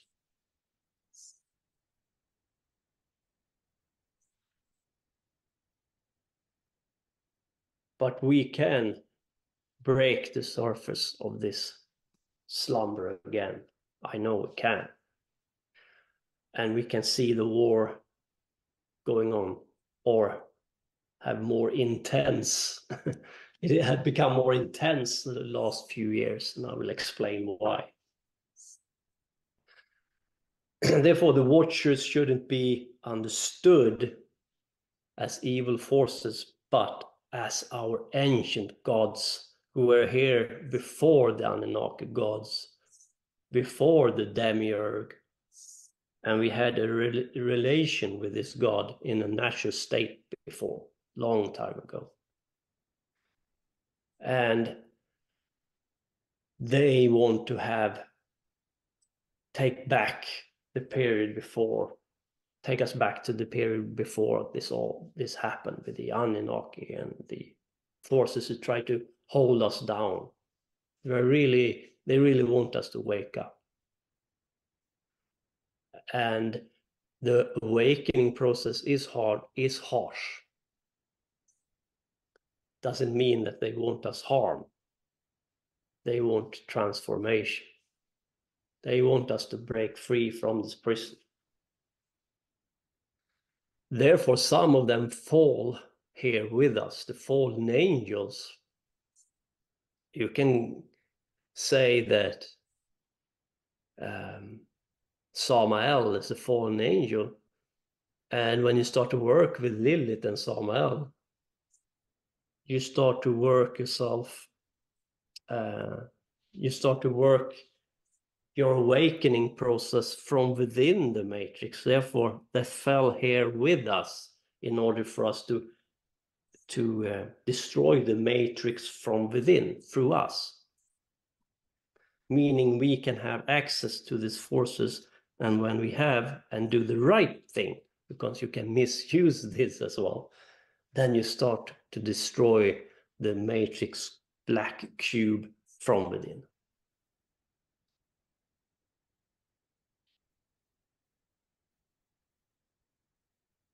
And our DNA is a big part of this because they have lied.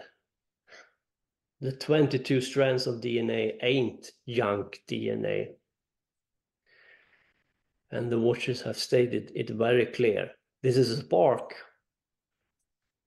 The Enlil, golem god, tried to drown us and shut down our DNA. They placed this spark within us in order for us to be able to ignite it once again. But you have to go through layers of dark mental layers within us to reach there. It is buried in us, in the dark recess of man. But the elite have lost this spark. And that's where the trouble begins. Then they can't overcome the demiurge. And I will talk about it later on. They can try through technology. And we all have already talked about this part, but can mention it again. The art of mining gold. I know that many people believe that the Anunnaki come here for physical gold. I view it as a symbology and as a deliberate way to fool us. It's much more profound than that. They rather came here to mine our gold and our sun's gold or force, energy. To transform solar energy from one solar body to another. And this sounds very far out, but through Tesla technology, if they hadn't destroyed Tesla's tower and so on, he would be able to do the same thing in the long run. So it's not that far out. And this part, its name is Sumerian Gods and Giants. And we have already talked about the pyramids as well. And I know it's hard pill to swallow because many people see them as something good. And don't get me wrong, I think the pyramid have been used for good purposes in periods of time where the right guys had hold over them. But it's like our mobile phones. They gave us some mobile phones and it was very good from the beginning. And then they slowly but surely put the 5G antennas up. And now it ain't that good. It's very easy. And that's how they do things. To take us in. Mm-hmm. Then they stab us in the back with the technology. And Sumer was really a restart of civilization. And this is very interesting in the Old Testament. Like they had the flood. And right after the flood, they tried to build this tower. But what happened in between here? Or is it like very close in history? I think a big chunk of history is lost here. So let us analyze what has happened here and what is this all about. Now, imagine that you want to have a restart of civilization. Then you have to start with the agriculture, start to have crops and so on. And from there on, you start to build city-states. But in Sumer, the cities was city-states. They were a country in and of themselves. When these city-states start to rise up, they start to worship different Anunnaki gods in the different cities. So if you travel to Babylon, they worship Marduk, for example. At least in the heydays of when Babylon was at its peak. If you went to Eridu, they worship Enki. And this is a problem. This became a problem. There were many wars between the cities and between the priest class dedicated to different gods.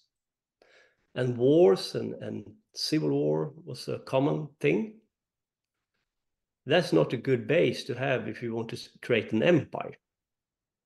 Secondly, they still had technology from the period of Atlantis, and we can read this in the Old Testament where God destroyed Sodom and Gomorrah from a kind of a nuclear blast, or what you whatever you want it to be, but some kind of tech anyway, some technology. Now in Babylon, 1800 or rather 2000 BC, a new era of Marduk worship, or the first big Marduk epoch in Babylon took hold. They choose Marduk as their god, who they worshipped. But it didn't mean that they said that we don't believe in the rest of the gods. What they said is, in this town, in Babylon, we choose to worship Marduk as the main god, the chosen god among the Anunnaki gods. And this was an obvious thing from the beginning, that all the gods existed, but we chose one of those gods to worship. We didn't deny the other gods. Now, if you have a priest class attached to this god, Marduk, in Babylon, and you attach banking to that god, and you said that printing money is a godlike thing to do, and the priest class is the one who should control the money flow, and they are the one who put the sigil stamp on the gold coin, and then they start the banking attached with esoteric practices. And there you have it, the start of the modern banking system, and who are in control of it. You will find Rothschild, for example. It begins here. Now, if you want to have a global New World Order, now this kind of a system becomes a problem. Because if you went to Eridu, then Enki's priest class minted their coins and their money and their banking. Now, what to do? Let's say like this. Marduk is the god of choice, and he should be worshipped. The next step is you should only have one god, and the other god should not exist. Like, I am the only god. Because then all the banks, all the city-states print coin under one god, one priest class, under one banking, not family, but families. And now you can start to spread civilization through banking and through one god that will hold the new world together. Because if you have many gods, many wars, many bankings, many different families, you will always have war and struggle and chaos. Therefore, this turned out to be, yeah, this is the choice of God. We choose this God, but the other gods exist too. You shall have one God, and there are, like in the Old Testament, you have this famous phrase, like, yeah, there are many gods, but you should worship me. And that's the end of it. And if you don't, we will punish you, torture you, and burn you. It will always end like that. And it will, if you want to create a stable empire, at least. And this, it started to push to go there. And we will see this, especially with Cyrus the Great, for example, who created the Persian Empire. And then Alexander, who spread the Greek Empire. They have always backed up people who want to create empires, like Cyrus the Great, like Alexander, like the Roman Empire, and then through the Vatican and the Catholic faith, Christianity, to take over and to go around the planet and force people to worship Jehovah Enlil. as the only God. This is the birth of the idea of the New World Order. And the reason is very simple, of course. They want to go back to the infrastructure they had. This is the plan. And to do it, they need a global empire, a new world order, infrastructure. Now let's go back one more time, because we need to explain a couple of things before we go back to there. Well, you have a god above Enki and Enlil, and that is Anu. So Enki and Enlil is his sons. And Enki star is Sirius. And Sirius number is 33. And Sirius is the dog star. Tar hand om det. Don't say I'm sorry.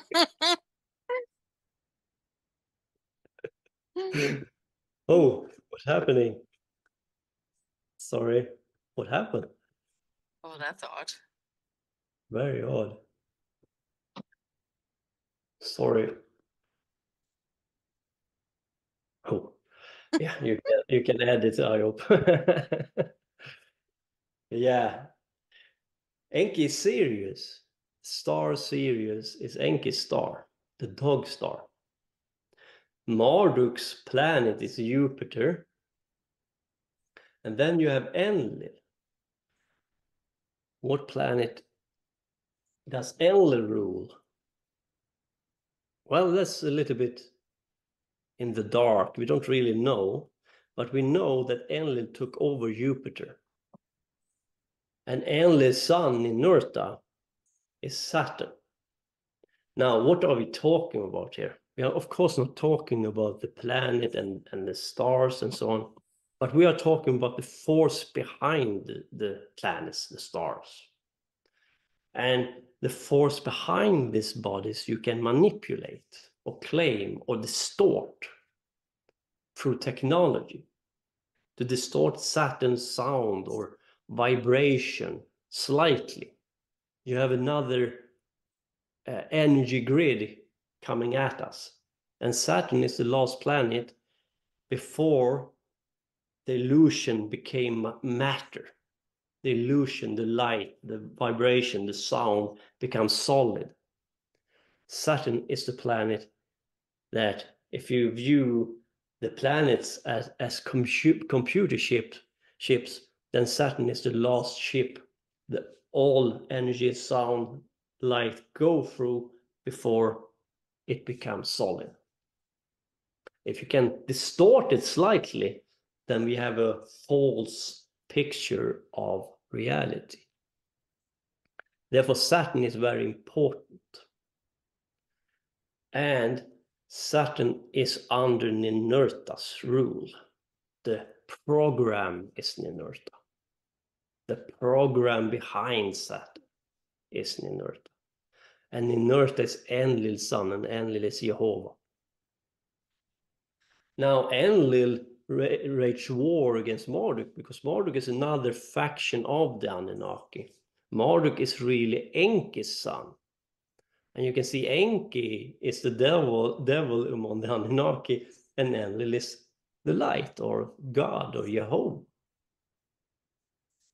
Now, in this mythology, Enlil takes over Jupiter from Marduk, meaning that the Enlil side of things, who are farmer gods, and the Enki side are shepherd gods, and I will explain that soon, meaning that the Enlil family of the Anunnaki rules Saturn, Jupiter, and the Sun. And these planets are gas planets, and I would say they are suns. Some of them are in gas form and are dead, and some of them are in the making. Like Jupiter is a sun in the making, Saturn is a previous sun, and our son Hellas is the sun.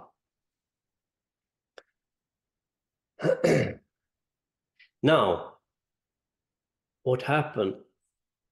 Because there was a war between these families. And some say that Enki is really on our side. And Enki is attributed with magic and science, and Poseidon and water. And you can say that the Watchers was able to save us through the endless Jehovian flood through Enki, because Enki is water, is Poseidon. Therefore, Enki is a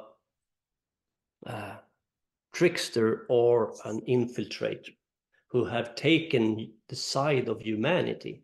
Why would he do it?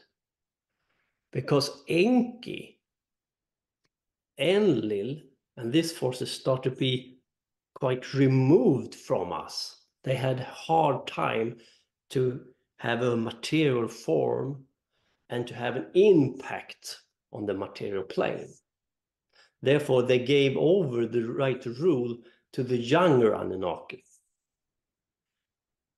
Now, if you are 100% God, you will have a hard time to have access to the material plane. But Enki took a woman who was a human woman as a wife. Now Marduk is half God and a half human, meaning it is easier for him to have access to the material world. And Marduk himself took a human woman, to his wife, and got Nabu. Now we have 1/3 God, but mostly human.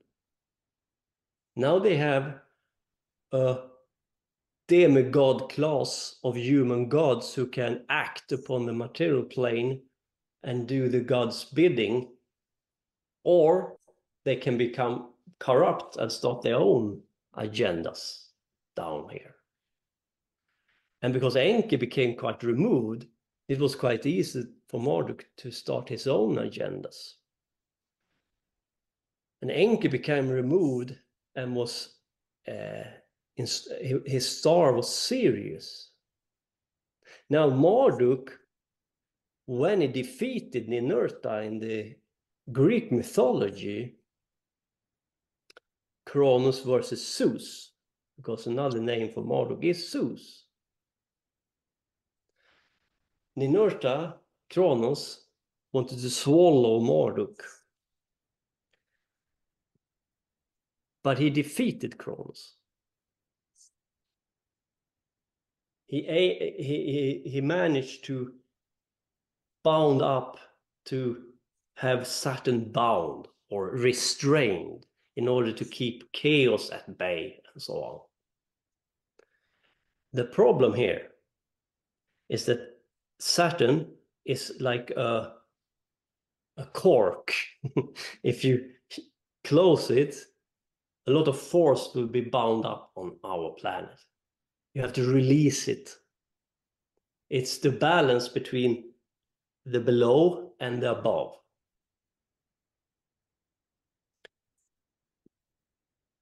Now Marduk ended up in this matrix prison himself. And if you remember Agent Smith in Matrix, for example, Agent Smith is trapped here with us, and he wants to find a way out desperately.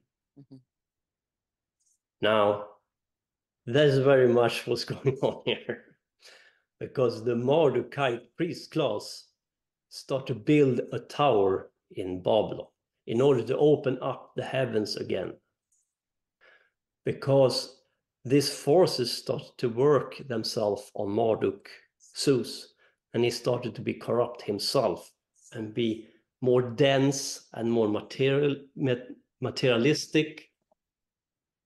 Remember, he is half God, half human.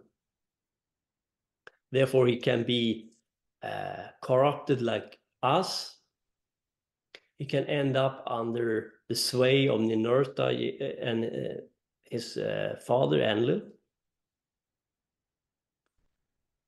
And I think Marduk knew that when he defeated Kronos, but he did it anyway for the sake of keeping chaos at bay. This is a war going on.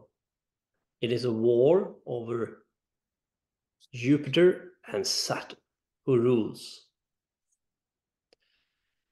Now it is Ninurta and Nergal who destroys the tower.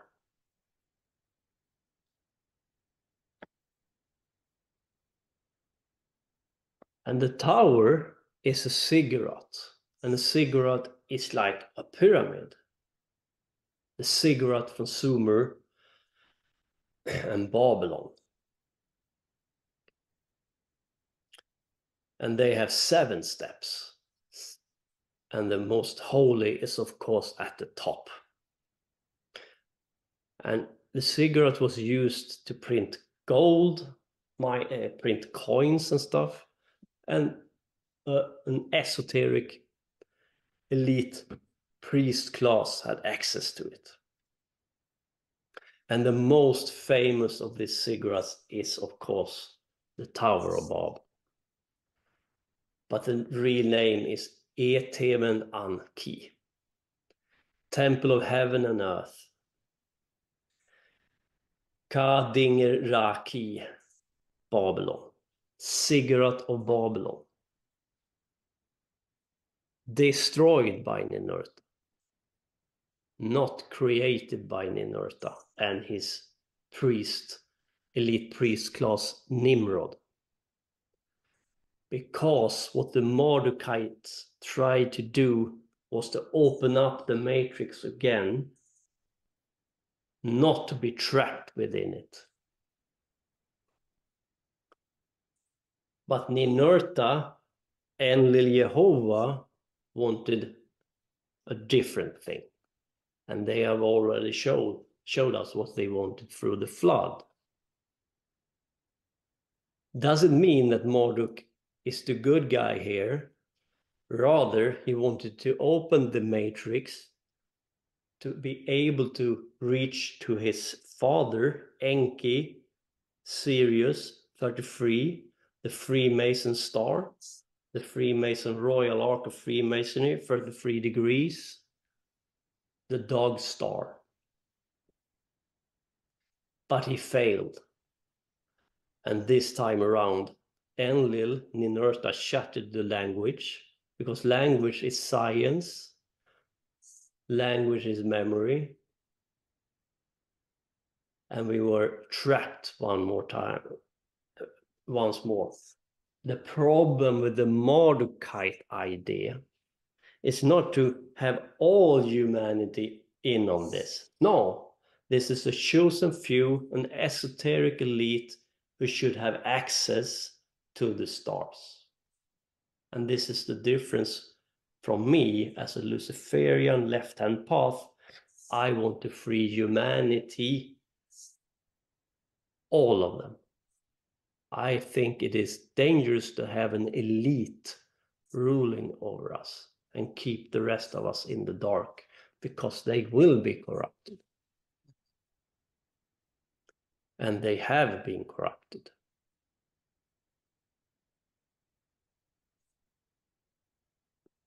So now we come back to the art of banking, empire building, and the word come. Because now Marduk was defeated for a couple of hundreds of years at least. They had a revival in the Old Testament, and the book of Daniel is about the Jewish people that was taken as slaves to Babylon under Nebuchadnezzar, and Nebuchadnezzar was a Mardukite. Now, the story in the Old Testament is false. They lie to you. They say that Cyrus the Great invaded Babylon because the the walls was weakened through water. Surely it's a lie. Cyrus the Great had sent the priesthood, the priest class in Babylon, clay tablets explaining to them that he was a Mordecai himself. Now the priest class in Babylon have been stripped of the power because after Nebuchadnezzar's son have taken over, and he was worshipping Nabu, the moon god. No, sorry, not Nabu. Nanasin, the moon god. They had no power. Now Cyrus the Great comes along, explained to them, if you let me in, I will put you back in power. And they backed him up with gold to build up his army. When he enters the Babylon, because they open up the doors for him, they get back to power again.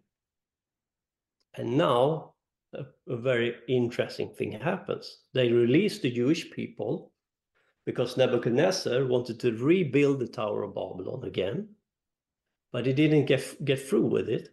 They financed the Jewish people to rebuild their Solomon temple, second temple.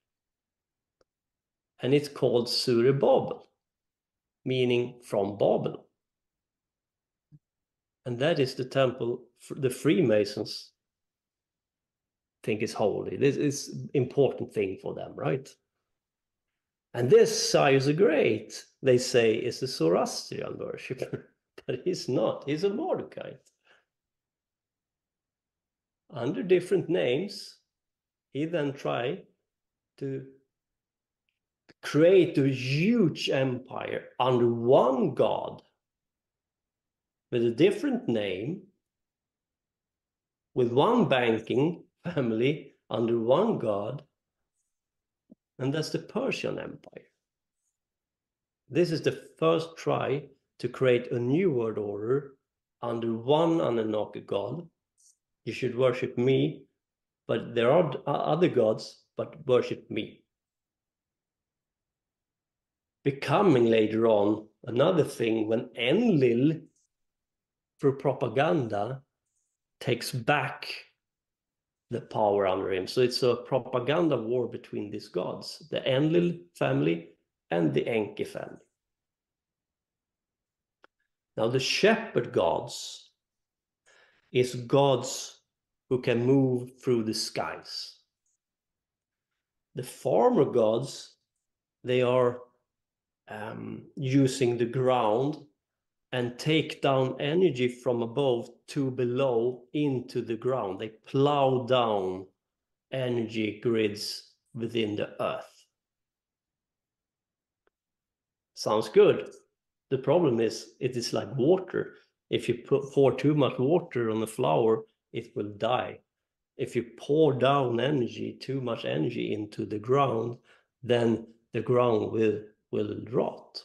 And then they have to release this force.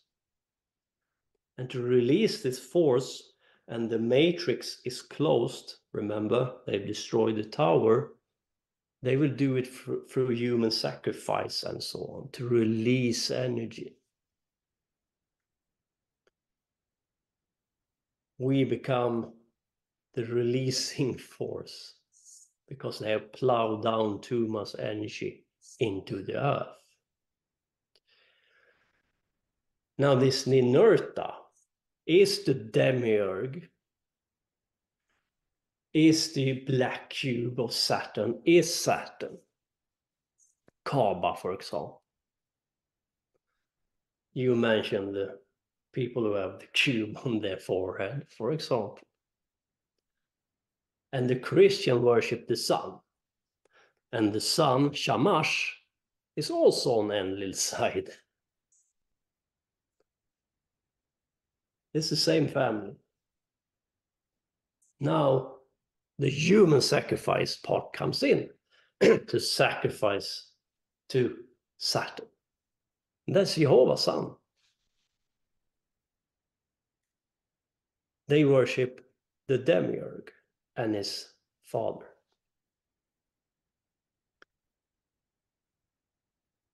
And there is a given why they do this. Now, as I said before, they have lost their spark. When and why? When they start to worship Ninurta, there is an esoteric ritual where you give away your spark, your soul, for knowledge and power over the material plane. But if you do, you can't go back to source. There is no meaning for them to try to reach higher spiritual levels if they can't reach it. Their game becomes the demiurgic game, and their god becomes the demiurge because it's a given, because the demiurge rules the matrix we live in. Now the only option for them is to use power, force, technology to do what we can do. At the same time, they convince us not to use our spark, our light, to transform and transcend. They don't want to end this digital chess game with black and white squares on it, because this is their heaven or hell, whatever you want to call it. This is their game plan. So if they do not do these sacrifices, what is the end result of that on the physical reality plane? Yeah, that's a good question. I have a hunch that because we human become more and more individual, and I'm not viewing it as a bad thing. The only thing here is that we can see, yeah, it affects nature on a level. But this climate change nonsense, you shouldn't buy into it. But I mean, like nature is not healthy. Nature become rotten or overwatered, or it doesn't thrive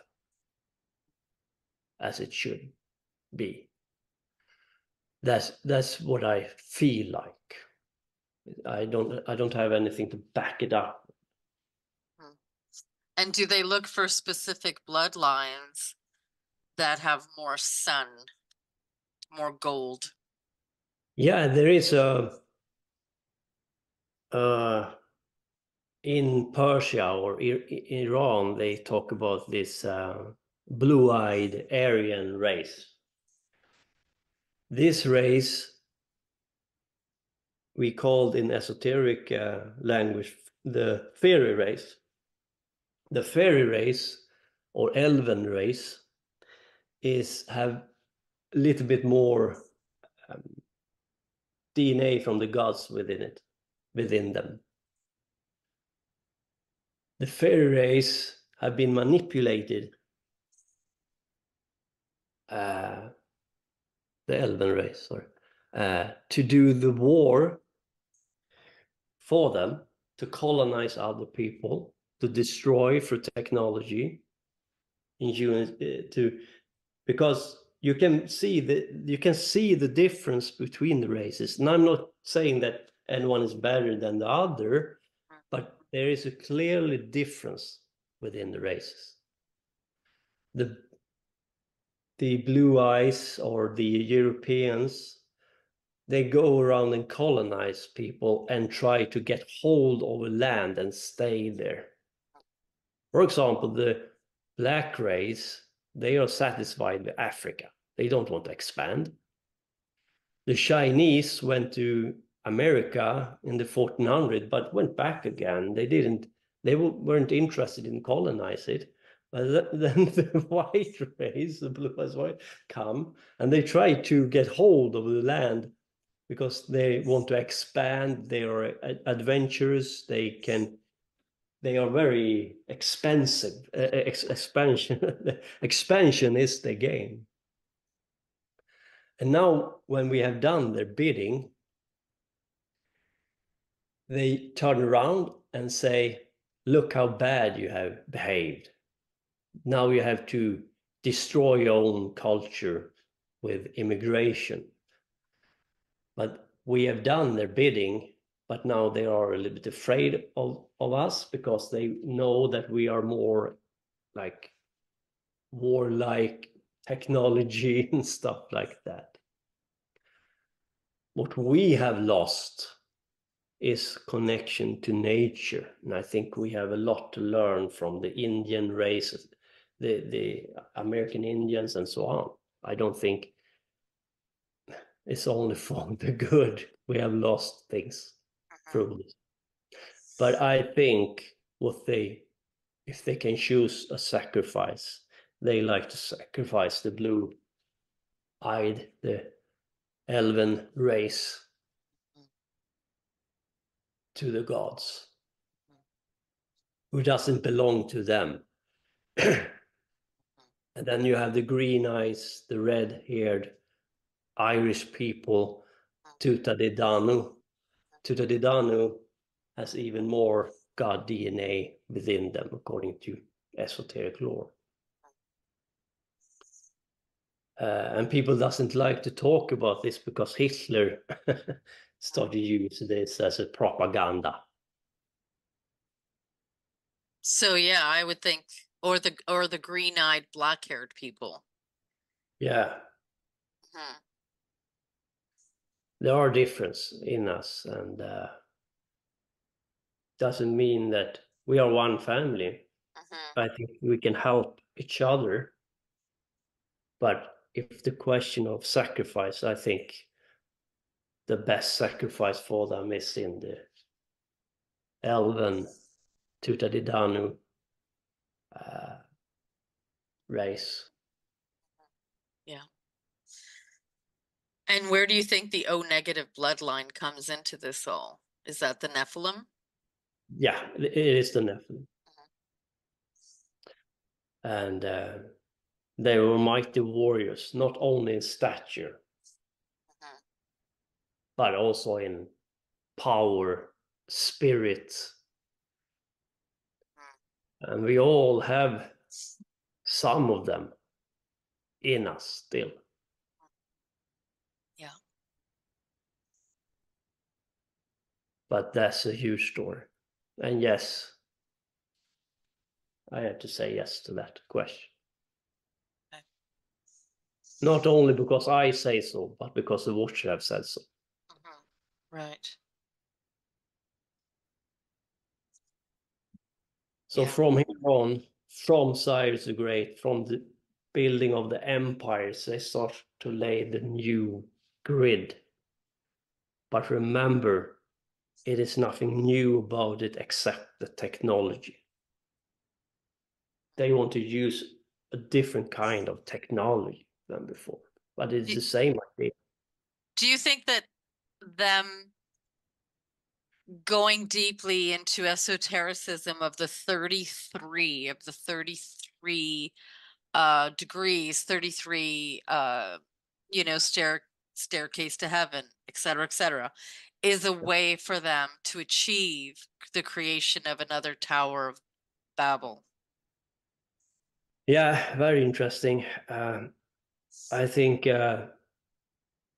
yes, and the New Testament, the Jesus and all of that, he was crucified at an age of 33, born under the Star of Bethlehem, who is Sirius, crucified with 3 nails, and a nail is a vav in Hebrew, and the number is 6 of a vav, crucified with 666, and that's the number of the black sun, and the black sun leads to Sirius. Jesus is not God's son, but Jesus is the sun behind the sun. The true sun. The The true sun. Yeah. And the meaning behind it is that an esoteric master showed us through mythology how to go back to Sirius. That's a gateway, a stargate. And you can learn how to travel there through your soul, the light source. And I think that you will find a thin plasma sheet connecting our sun with Sirius. And that Sirius is our twin sun, dancing around each other. And when you say we can learn to go there, are you talking about meditation techniques, intention, you know, that kind of thing? Yeah, it's a good start. Mm-hmm. And then you have to learn how to split your soul, your light from your body, and soul travel. Uh-huh. But you can do it. And I think it is a big thing for us human when we can go there. Mm-hmm. Because sorry. Have you done it? No, I haven't. I'm working on it, and it is hard. You have to be brave, and you have to master a lot of different techniques. But my aim is to go there. And I think Enki is not the villain here, but I think he hoped that Marduk wouldn't become corrupt. I really think he hoped that Marduk could open up the skies again with the first tower on the Tower of Babel. And I think Marduk wasn't corrupt from the beginning. I think the forces started to work on him for real after the fall of the tower. Mm-hmm. And then in the Greek mythology, he appeared as Zeus. And Zeus is a mean bastard, manipulating women, manipulating humanity. And he is not nice. Seems to me, and it states in the mythology, in the Sumer mythology, that he recreated the Matrix to make it harder for us to escape it. The Olympian gods. He became the gods of the gods in the Greek mythology, taking over of the Enki and Enlil, but then become corrupted, and Enlil and Ninurta took over again. And they are the one who rules the Matrix now. And they are the one who have programmed the Matrix what it is today. But I think Enki is still not necessarily evil. I hope it's the case. Do you think he's manifested or incarnated as a human here? Somebody who is, on a larger echelon of public scrutiny? I think Enki is too far removed from us right now. But I think Mardukites are divided between the Mardukites who wanted to take back Marduk's original plan and the one who have been corrupted. I think they are divided. But I don't agree with none of them in that I don't believe an esoteric elite should possess the information and knowledge and to keep the rest of us in the dark. Absolutely. That I think is very dangerous. Yeah, I don't think they have a monopoly over creation. it'd be interesting to know and if they believe that they were given that guardianship in origin. And that came in because in origin, I know that the Anunnaki selected families to be the kingships in the world, right? And in this way, this pie of these different kingships were under the one control. So in their mind, they think that they have legitimacy to rule. Yes, they have. Absolutely true.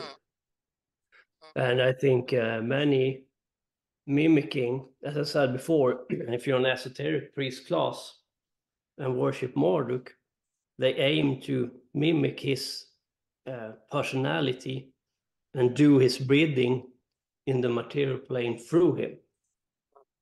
And if Marduk have lost his ability to be here in physical form, then he will have a priest class doing his bidding.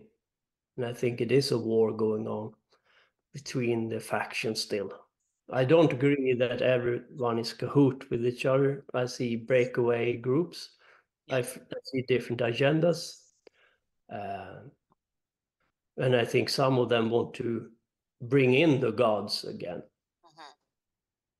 and have a shift in in nature to be able to take them in, to have them in physical form again. Yeah, I think it reminds me of when in ancient Greece there was this dissolving of power of the gods when the people started taking their power back and not wanting to worship them anymore. Mm. And that started breaking up their control. It's, and I feel this is what we're doing. They have very little. I don't believe they have anything that is going to work. And I believe their desperation has to be, this is why they're using technology and medical agendas to get that. Yeah. I don't believe it will work. Not me either. They are a little bit desperate right now because the time is on our side, really. Things are shifting within the human psyche. What I'm talking about now, it would be possible to grasp 50 years ago. You couldn't do it. I agree. And that's a testament that the DNA is changing. So a lot of the DNA that has been forced through the alterations that have been done and performed and the poisoning that have basically made it dormant, the fact that we are able to bring this knowledge in now is a testament that the DNA itself is changing and starting to activate. Yeah. Yeah, I would say so. If they wouldn't bombard us from air with poisoning of food, water, and all of that stuff, manipulating propaganda from media, the school is there to program us, I think we would be awake right now. A Absolutely. complete reality. I agree. This is horrible, and it is a desperation from their side. And they are desperate to put this new grid. And it is important to state that it is nothing new. The tech is new, but the idea is old. We have had this grid in place before for temples, pyramids, and stuff. Different kind of technology, but the same idea. Today we have CERN, not the Tower of Babel. And the war in Jerusalem, I'm afraid that they will try to destroy the mosque in order to be able to rebuild the third temple there on the mountain and blame it on Hamas. I would agree with you. And if they do it, then maybe that's the last building. put in place. And remember, it will be put in place where Zerubbabel, the second temple, was built from Babylon, right? But I think CERN is the heart of the machine. I agree.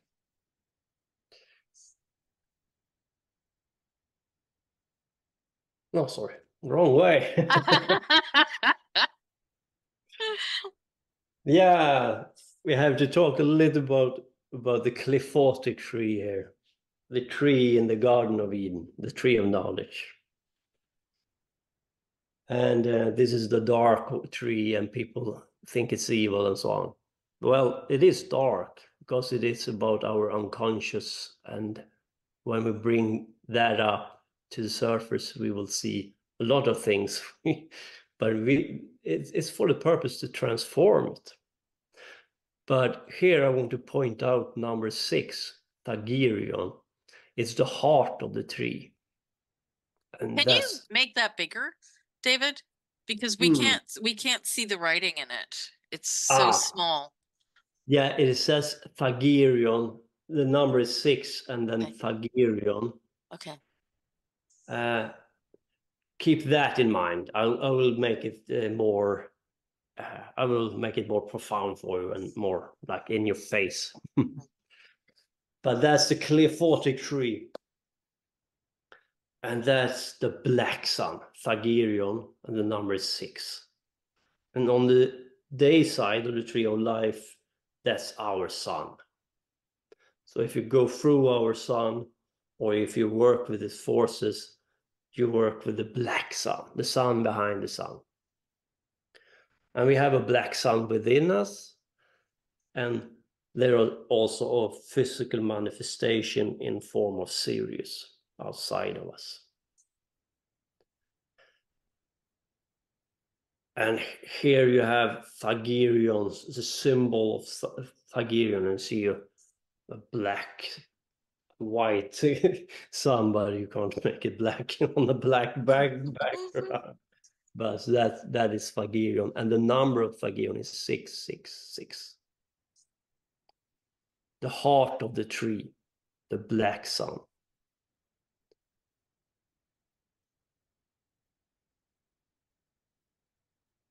And the black sun is a very important thing in the left-hand path. This is the gap.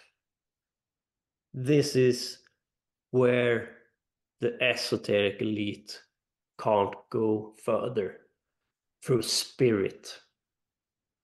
Now the only option for them is through force and technology to proceed. Meaning, for them to get access to Sirius, they need technology in combination with esoteric lore. And as I stated before, Sirius is Enki's star, and Enki is the god over science and magic.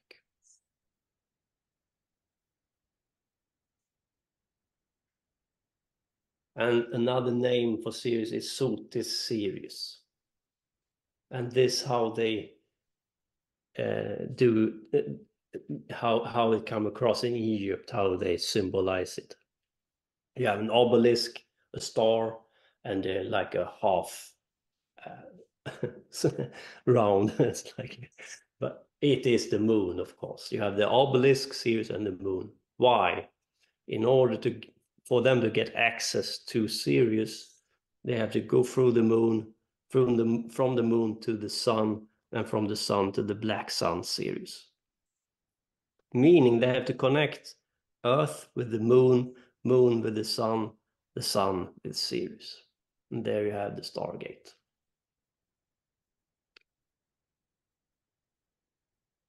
Now you can do it through spirit. You can't forget that, because then you will lose. But they can't, right? Remember that. And Saturn is part of this Stargate as well. That is the reason why it is important who controls Saturn. Who controls the gate. And of course, you have the hexagon on the pole of Saturn. And if you connect the lines of an hexagon, get the cube. And you will find the cube in places in big cities around the world, making a statement that through technology, a certain esoteric elite will have access to Sirius and other fixed stars and stars. At the same time, they want to keep you in the dark, in the matrix. That is the reason why they don't share the technology with you. That is the reason why they want you controlled. Because when they open the stargates, they need to have you under wrap, because you have a spark, you have a soul. And if they open the stargates, you can leave through cracks in this system. Then the dog is on the loose, so to speak. Now, what to do if this is the case? Let's go to CERN now, and and part 6, CERN and Internet. And you have the CERN logo, and it is 666, right? We know that now. It is clear because we know the purpose, their aim. Nothing is a coincidence. And you will find that a lot of Jesuits are working in CERN. Of course. Yeah. And their symbol is the same. You have the 3 nails crucified. Jesus was crucified. There you have it, 666 and the sun. And the corona. And you might recognize the corona from something else. The corona of the sun, 666. CERN.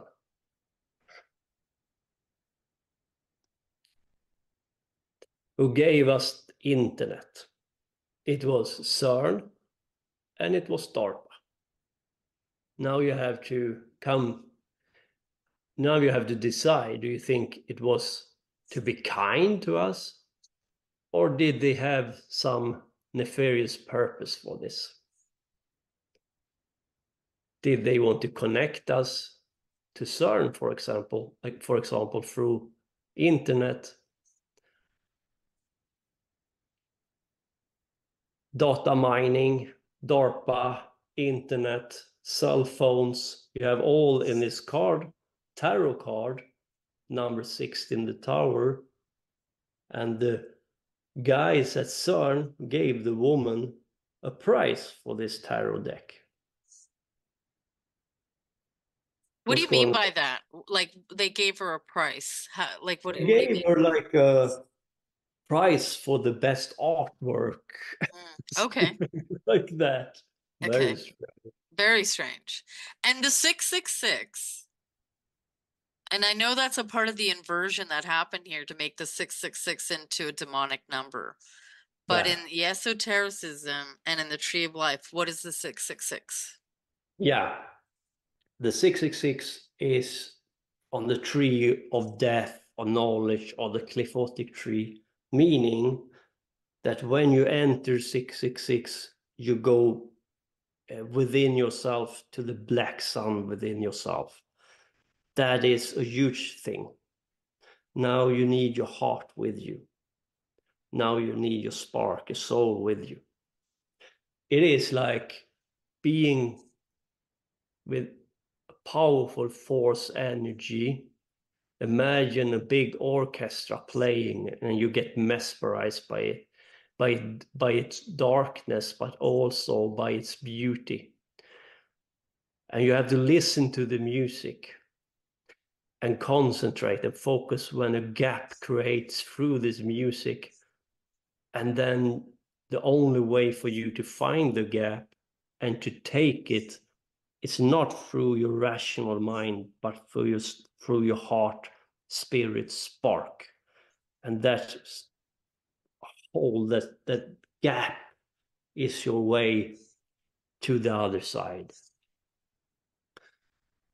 And the elite doesn't have that. It's a safe switch, keeping them out from higher realms. But they want to go there through technology because they can't do it in another way. But we can. If they can kill our spark, kill our soul, and connect us to a hive mind machine, then they can pull the switch. Because then, Hence the agenda. yeah. What do they need to have this agenda going? Let's talk about the number 42 for a moment here. Again, you remember the Bible, the Old Testament, the number 40, 41, and 42 is completion. We find this, for example, in The Shining. I have decoded the movie, and Danny have it on his shirt. Danny overcome these forces, this esoteric elite in the hotel, get transformed by it, and escapes it, become 42, and overcomes it. But you can invert it, and we know that these forces invert everything, so also the number 42. For example, in the Hitchhiker Guides to the Galaxy, they have an artificial intelligence computer telling humanity that the answer to everything is 42. Why a computer? Why a machine? Why AI?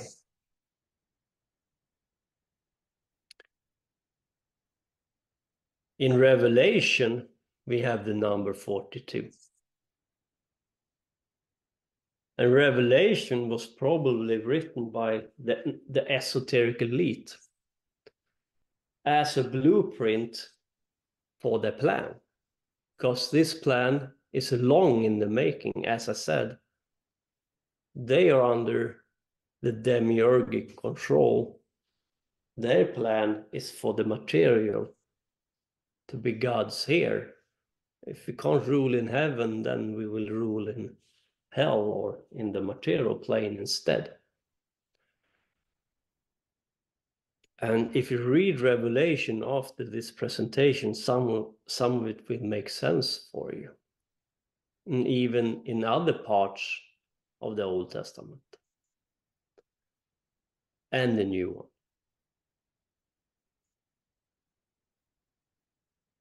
Now, we have to be careful with words here.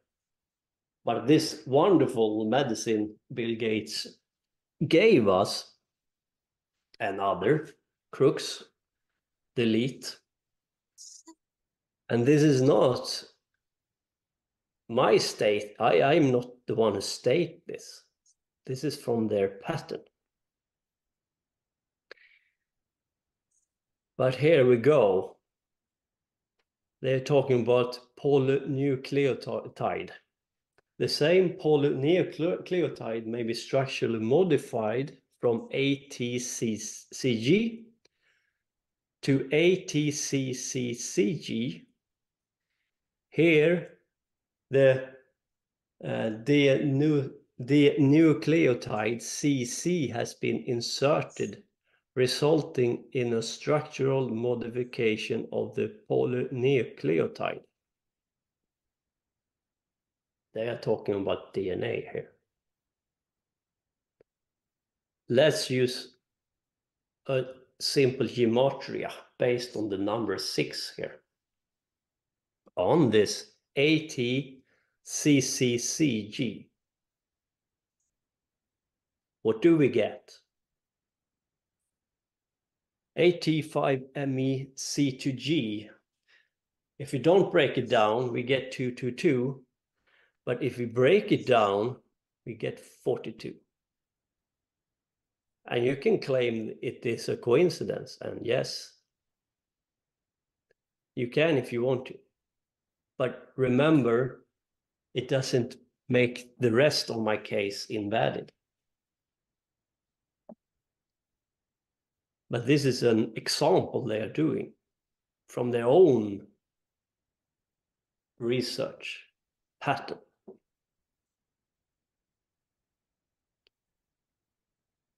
Yeah, that's brilliant.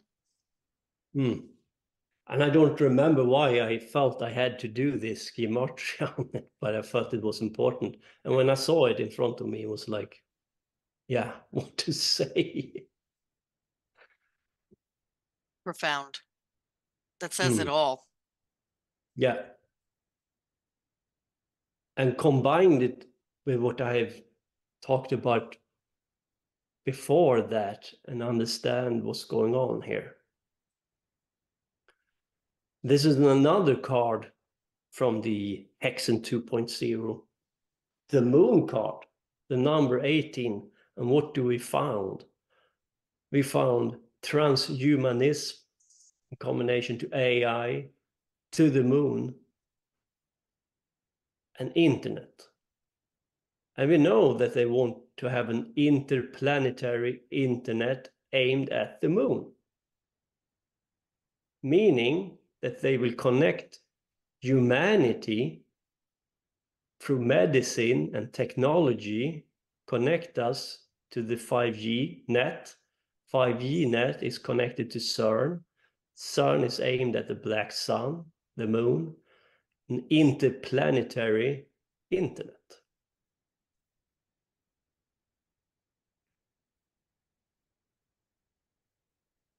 Connect us to a machine. And they are talking about this. They're talking as human as batteries for the AI machine. And we come back to the movie Matrix, right?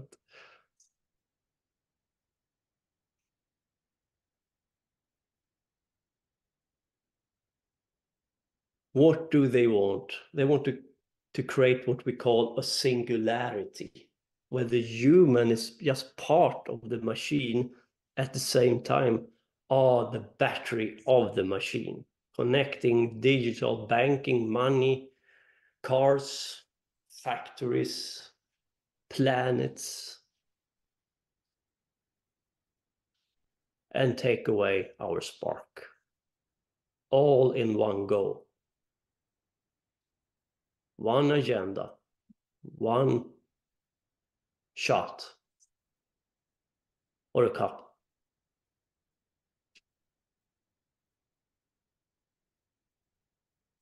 And we can see the grid is putting together day by day. If you have eyes to see with.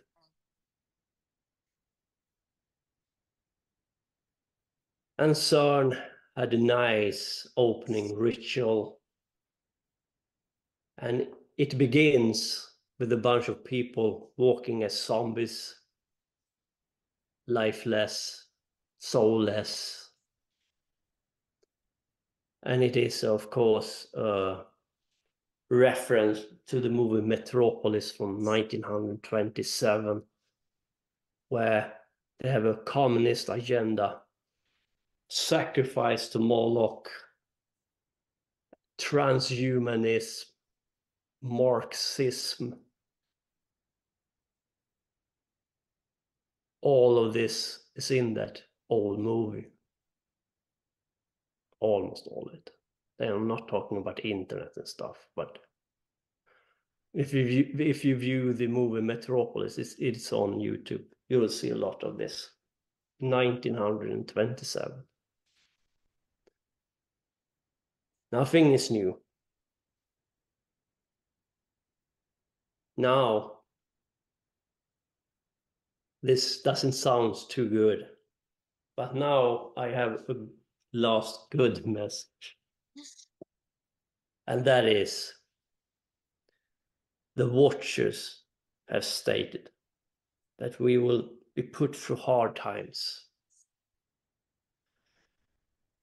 If you keep your spark, if you transform, because you ain't get nothing for free. When they pull the switch, a new force will enter. And if you have prepared your vessel, your battery, your body, your temple to receive this force, you will be animated into a different being. And we will overcome them. And as Lucifer said, the tables of the money changers will be turned on them. And then those temples will crumble and fall. Because banking and money is the way they can put this infrastructure in place. But the sky will fall. Doesn't mean the end. But you will see a lot of things in the year ahead. War on the moon. Strange phenomena on the sun. Maybe Saturn. And you will see it. They will try to hide it from you. But the sheer scope and the fear will awaken you. It will shake you to the core. And when we realize that we have nothing to lose, we will have everything to gain. And that is where and when the human race will rise up again. And will find the cracks in the matrix they have created through the technology, through the grid, through their agenda, because that is the only way they can expand. And this is my presentation, When the Sky Falls in 8 parts. Do you think that the fabulous, by the way, fabulous, there's so much here. I mean, I just feel like I can keep going, but I know it's getting late. Do you feel that the percentage of people who who retained their original prime creation, okay, and did not go to that place with that medicine, do you feel that just by virtue of those people who've retained this, it's going to make it near impossible for them to achieve what they're trying to do? Take that one more. So do you think that the amount of people who did not go for that, medicine, Yeah. do you feel that by virtue of the number of people who retained their prime creation, their soul, spirit, human creation, do you think that that is making it impossible for them to achieve what they're trying to do? Yes. It will be enough if 10,000 of us awaken to our power. I agree.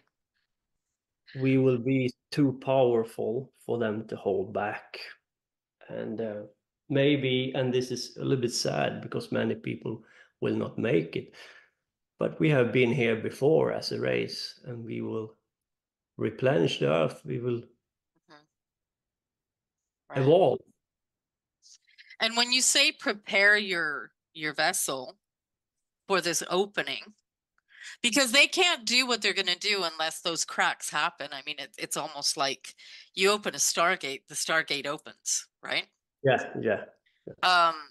So when you say to prepare your vessel, Yeah. people might want to know what you mean. Yeah. I mean, you have to work with method, with an esoteric method, aim to, you need to transform your temple if you're going to be able to take in the force. Nothing is for free, but there are different methods to go there. I'm sure you can prepare your vessel with different method. I have chosen the left-hand path method. Right. Because I feel we have to. It will not be like you sit and watch TV all day and suddenly you become transformed. You have to be involved. Yeah. Do the work. But then you will transform when the force hits you. And as you said, when they open up the gates, they hope is to take away your spark, your soul, and connect you to a hive machine. Then you can't animate. Then it doesn't matter if they open up the skies again. Right. That's the reason why they push this agenda so hard. But they have many agendas within the agenda, right? Yes, to try and get the population that is prime creation intact. Yeah, I agree. Yeah, and to keep down, to take down the number of humans, because the one they want to have around, they can't control this many people. But the one who is still here, they want to have connected to this machine, because they will need us, and they hate the fact that they need our creativity, our spark, for their own purpose. Right. Well, the spark they can do away with it in some way, but they need. This is the reason why they have internet again, because everything we do is stored. Our creativity power is stored in digital form. Sooner or later, they can take us out because they don't even need our spark, our creativity anymore. Terrifying, eh? Yeah. So, okay. What do you foresee in the next 2 years, in a nutshell, before we end? Yeah. Yeah. Because I think it's midnight for you. I feel so bad. Yeah. No, but I think the elite, they feel the push. They are very close to be exposed with the pedophilia. They're close to being exposed with the technology they have, with the MK Ultra and all of this. And I'm afraid that now I'm not saying that they will succeed, but I am quite sure that they will try to destroy the mosque and to rebuild the third temple there. And when they do it, they will try to blame Hamas. The problem is, if the Muslim doesn't buy it, then we have a third world war on our hand. They will try to connect the tunnels they have to an interplanetary grid. It's like really a highway, electric highway, right? Connecting different towns, computers, CERN, for example. And I'm afraid that when they gave us a computer, we are mesmerized by it. Oh, shit, nice. This is so profound. At the same time, the most profound thing they have is under earth, underneath us in tunnels, and they will never share that with us. And if you don't understand it, it will be exactly as they state in the Bible. When they connect this, and we ain't prepared, we haven't worked on ourselves, it would be like putting a cable in a socket, and it will hit us as like a ton of brick. Yeah. Yeah, And exactly. I'm very afraid that we have to transform. We have to. Every one of us who has the warrior spirit still intact in us should work on itself. Wise words. There's just, yeah, this is just it's such a terrifying time, but also the greatest opportunity for us too. I mean, Yeah, I feel like we've been waiting for this to finally, I mean, yeah, there's a lot. I'm not sure if you would love to do a part 2 at a later point. Um, and then we could just unravel some deeper questions as well. I think there's a lot of places to go. yeah. I would love to be on again if you and your audience want me, and We maybe. would love to. Thank you. Yeah, I hope you enjoyed it, and It's been incredible, David. There's just like we've been here for 3 hours, and I'm telling you, I have so many questions, but I know it's midnight for you, and I know it's been a long one because it's 3 hours, and I don't want to be cruel. I know it's like at the end of your day. Yes, it's hard. So I'm gonna respect that, and you know, and then yeah, I'd love to do a part 2. yeah, and then I will be back. And thank you for the opportunity. And as I said, it's very important that people like us come together. Remember, my brothers and sisters, keep on. Don't let them take your spark, your soul. And we will win this. Right. And And it is our destiny to ride the skies again together. exactly, and not to have the sky fall. Exactly. Mm. It's been an honor. It's been wonderful. David, thank you so much. And I look forward to part 2. Maybe we can even go a little deep into certain techniques for people to be able to explore, because I think a lot of people don't know where to go with this, right? No, it's true. It's very true. It takes years of study to finally unravel how to get to the place of knowing the path to get Yeah, there. Mm-hmm. for sure. It is a huge part in this as well, of course. And Mm-hmm. yeah, it's wonderful. Let's go there next All time. right. I am looking forward to part 2. I want to thank everybody for being here. Thank you, David, so much. This has been wonderful. Thank you a lot, and take care, all of you, and prepare, and you will see things will happen.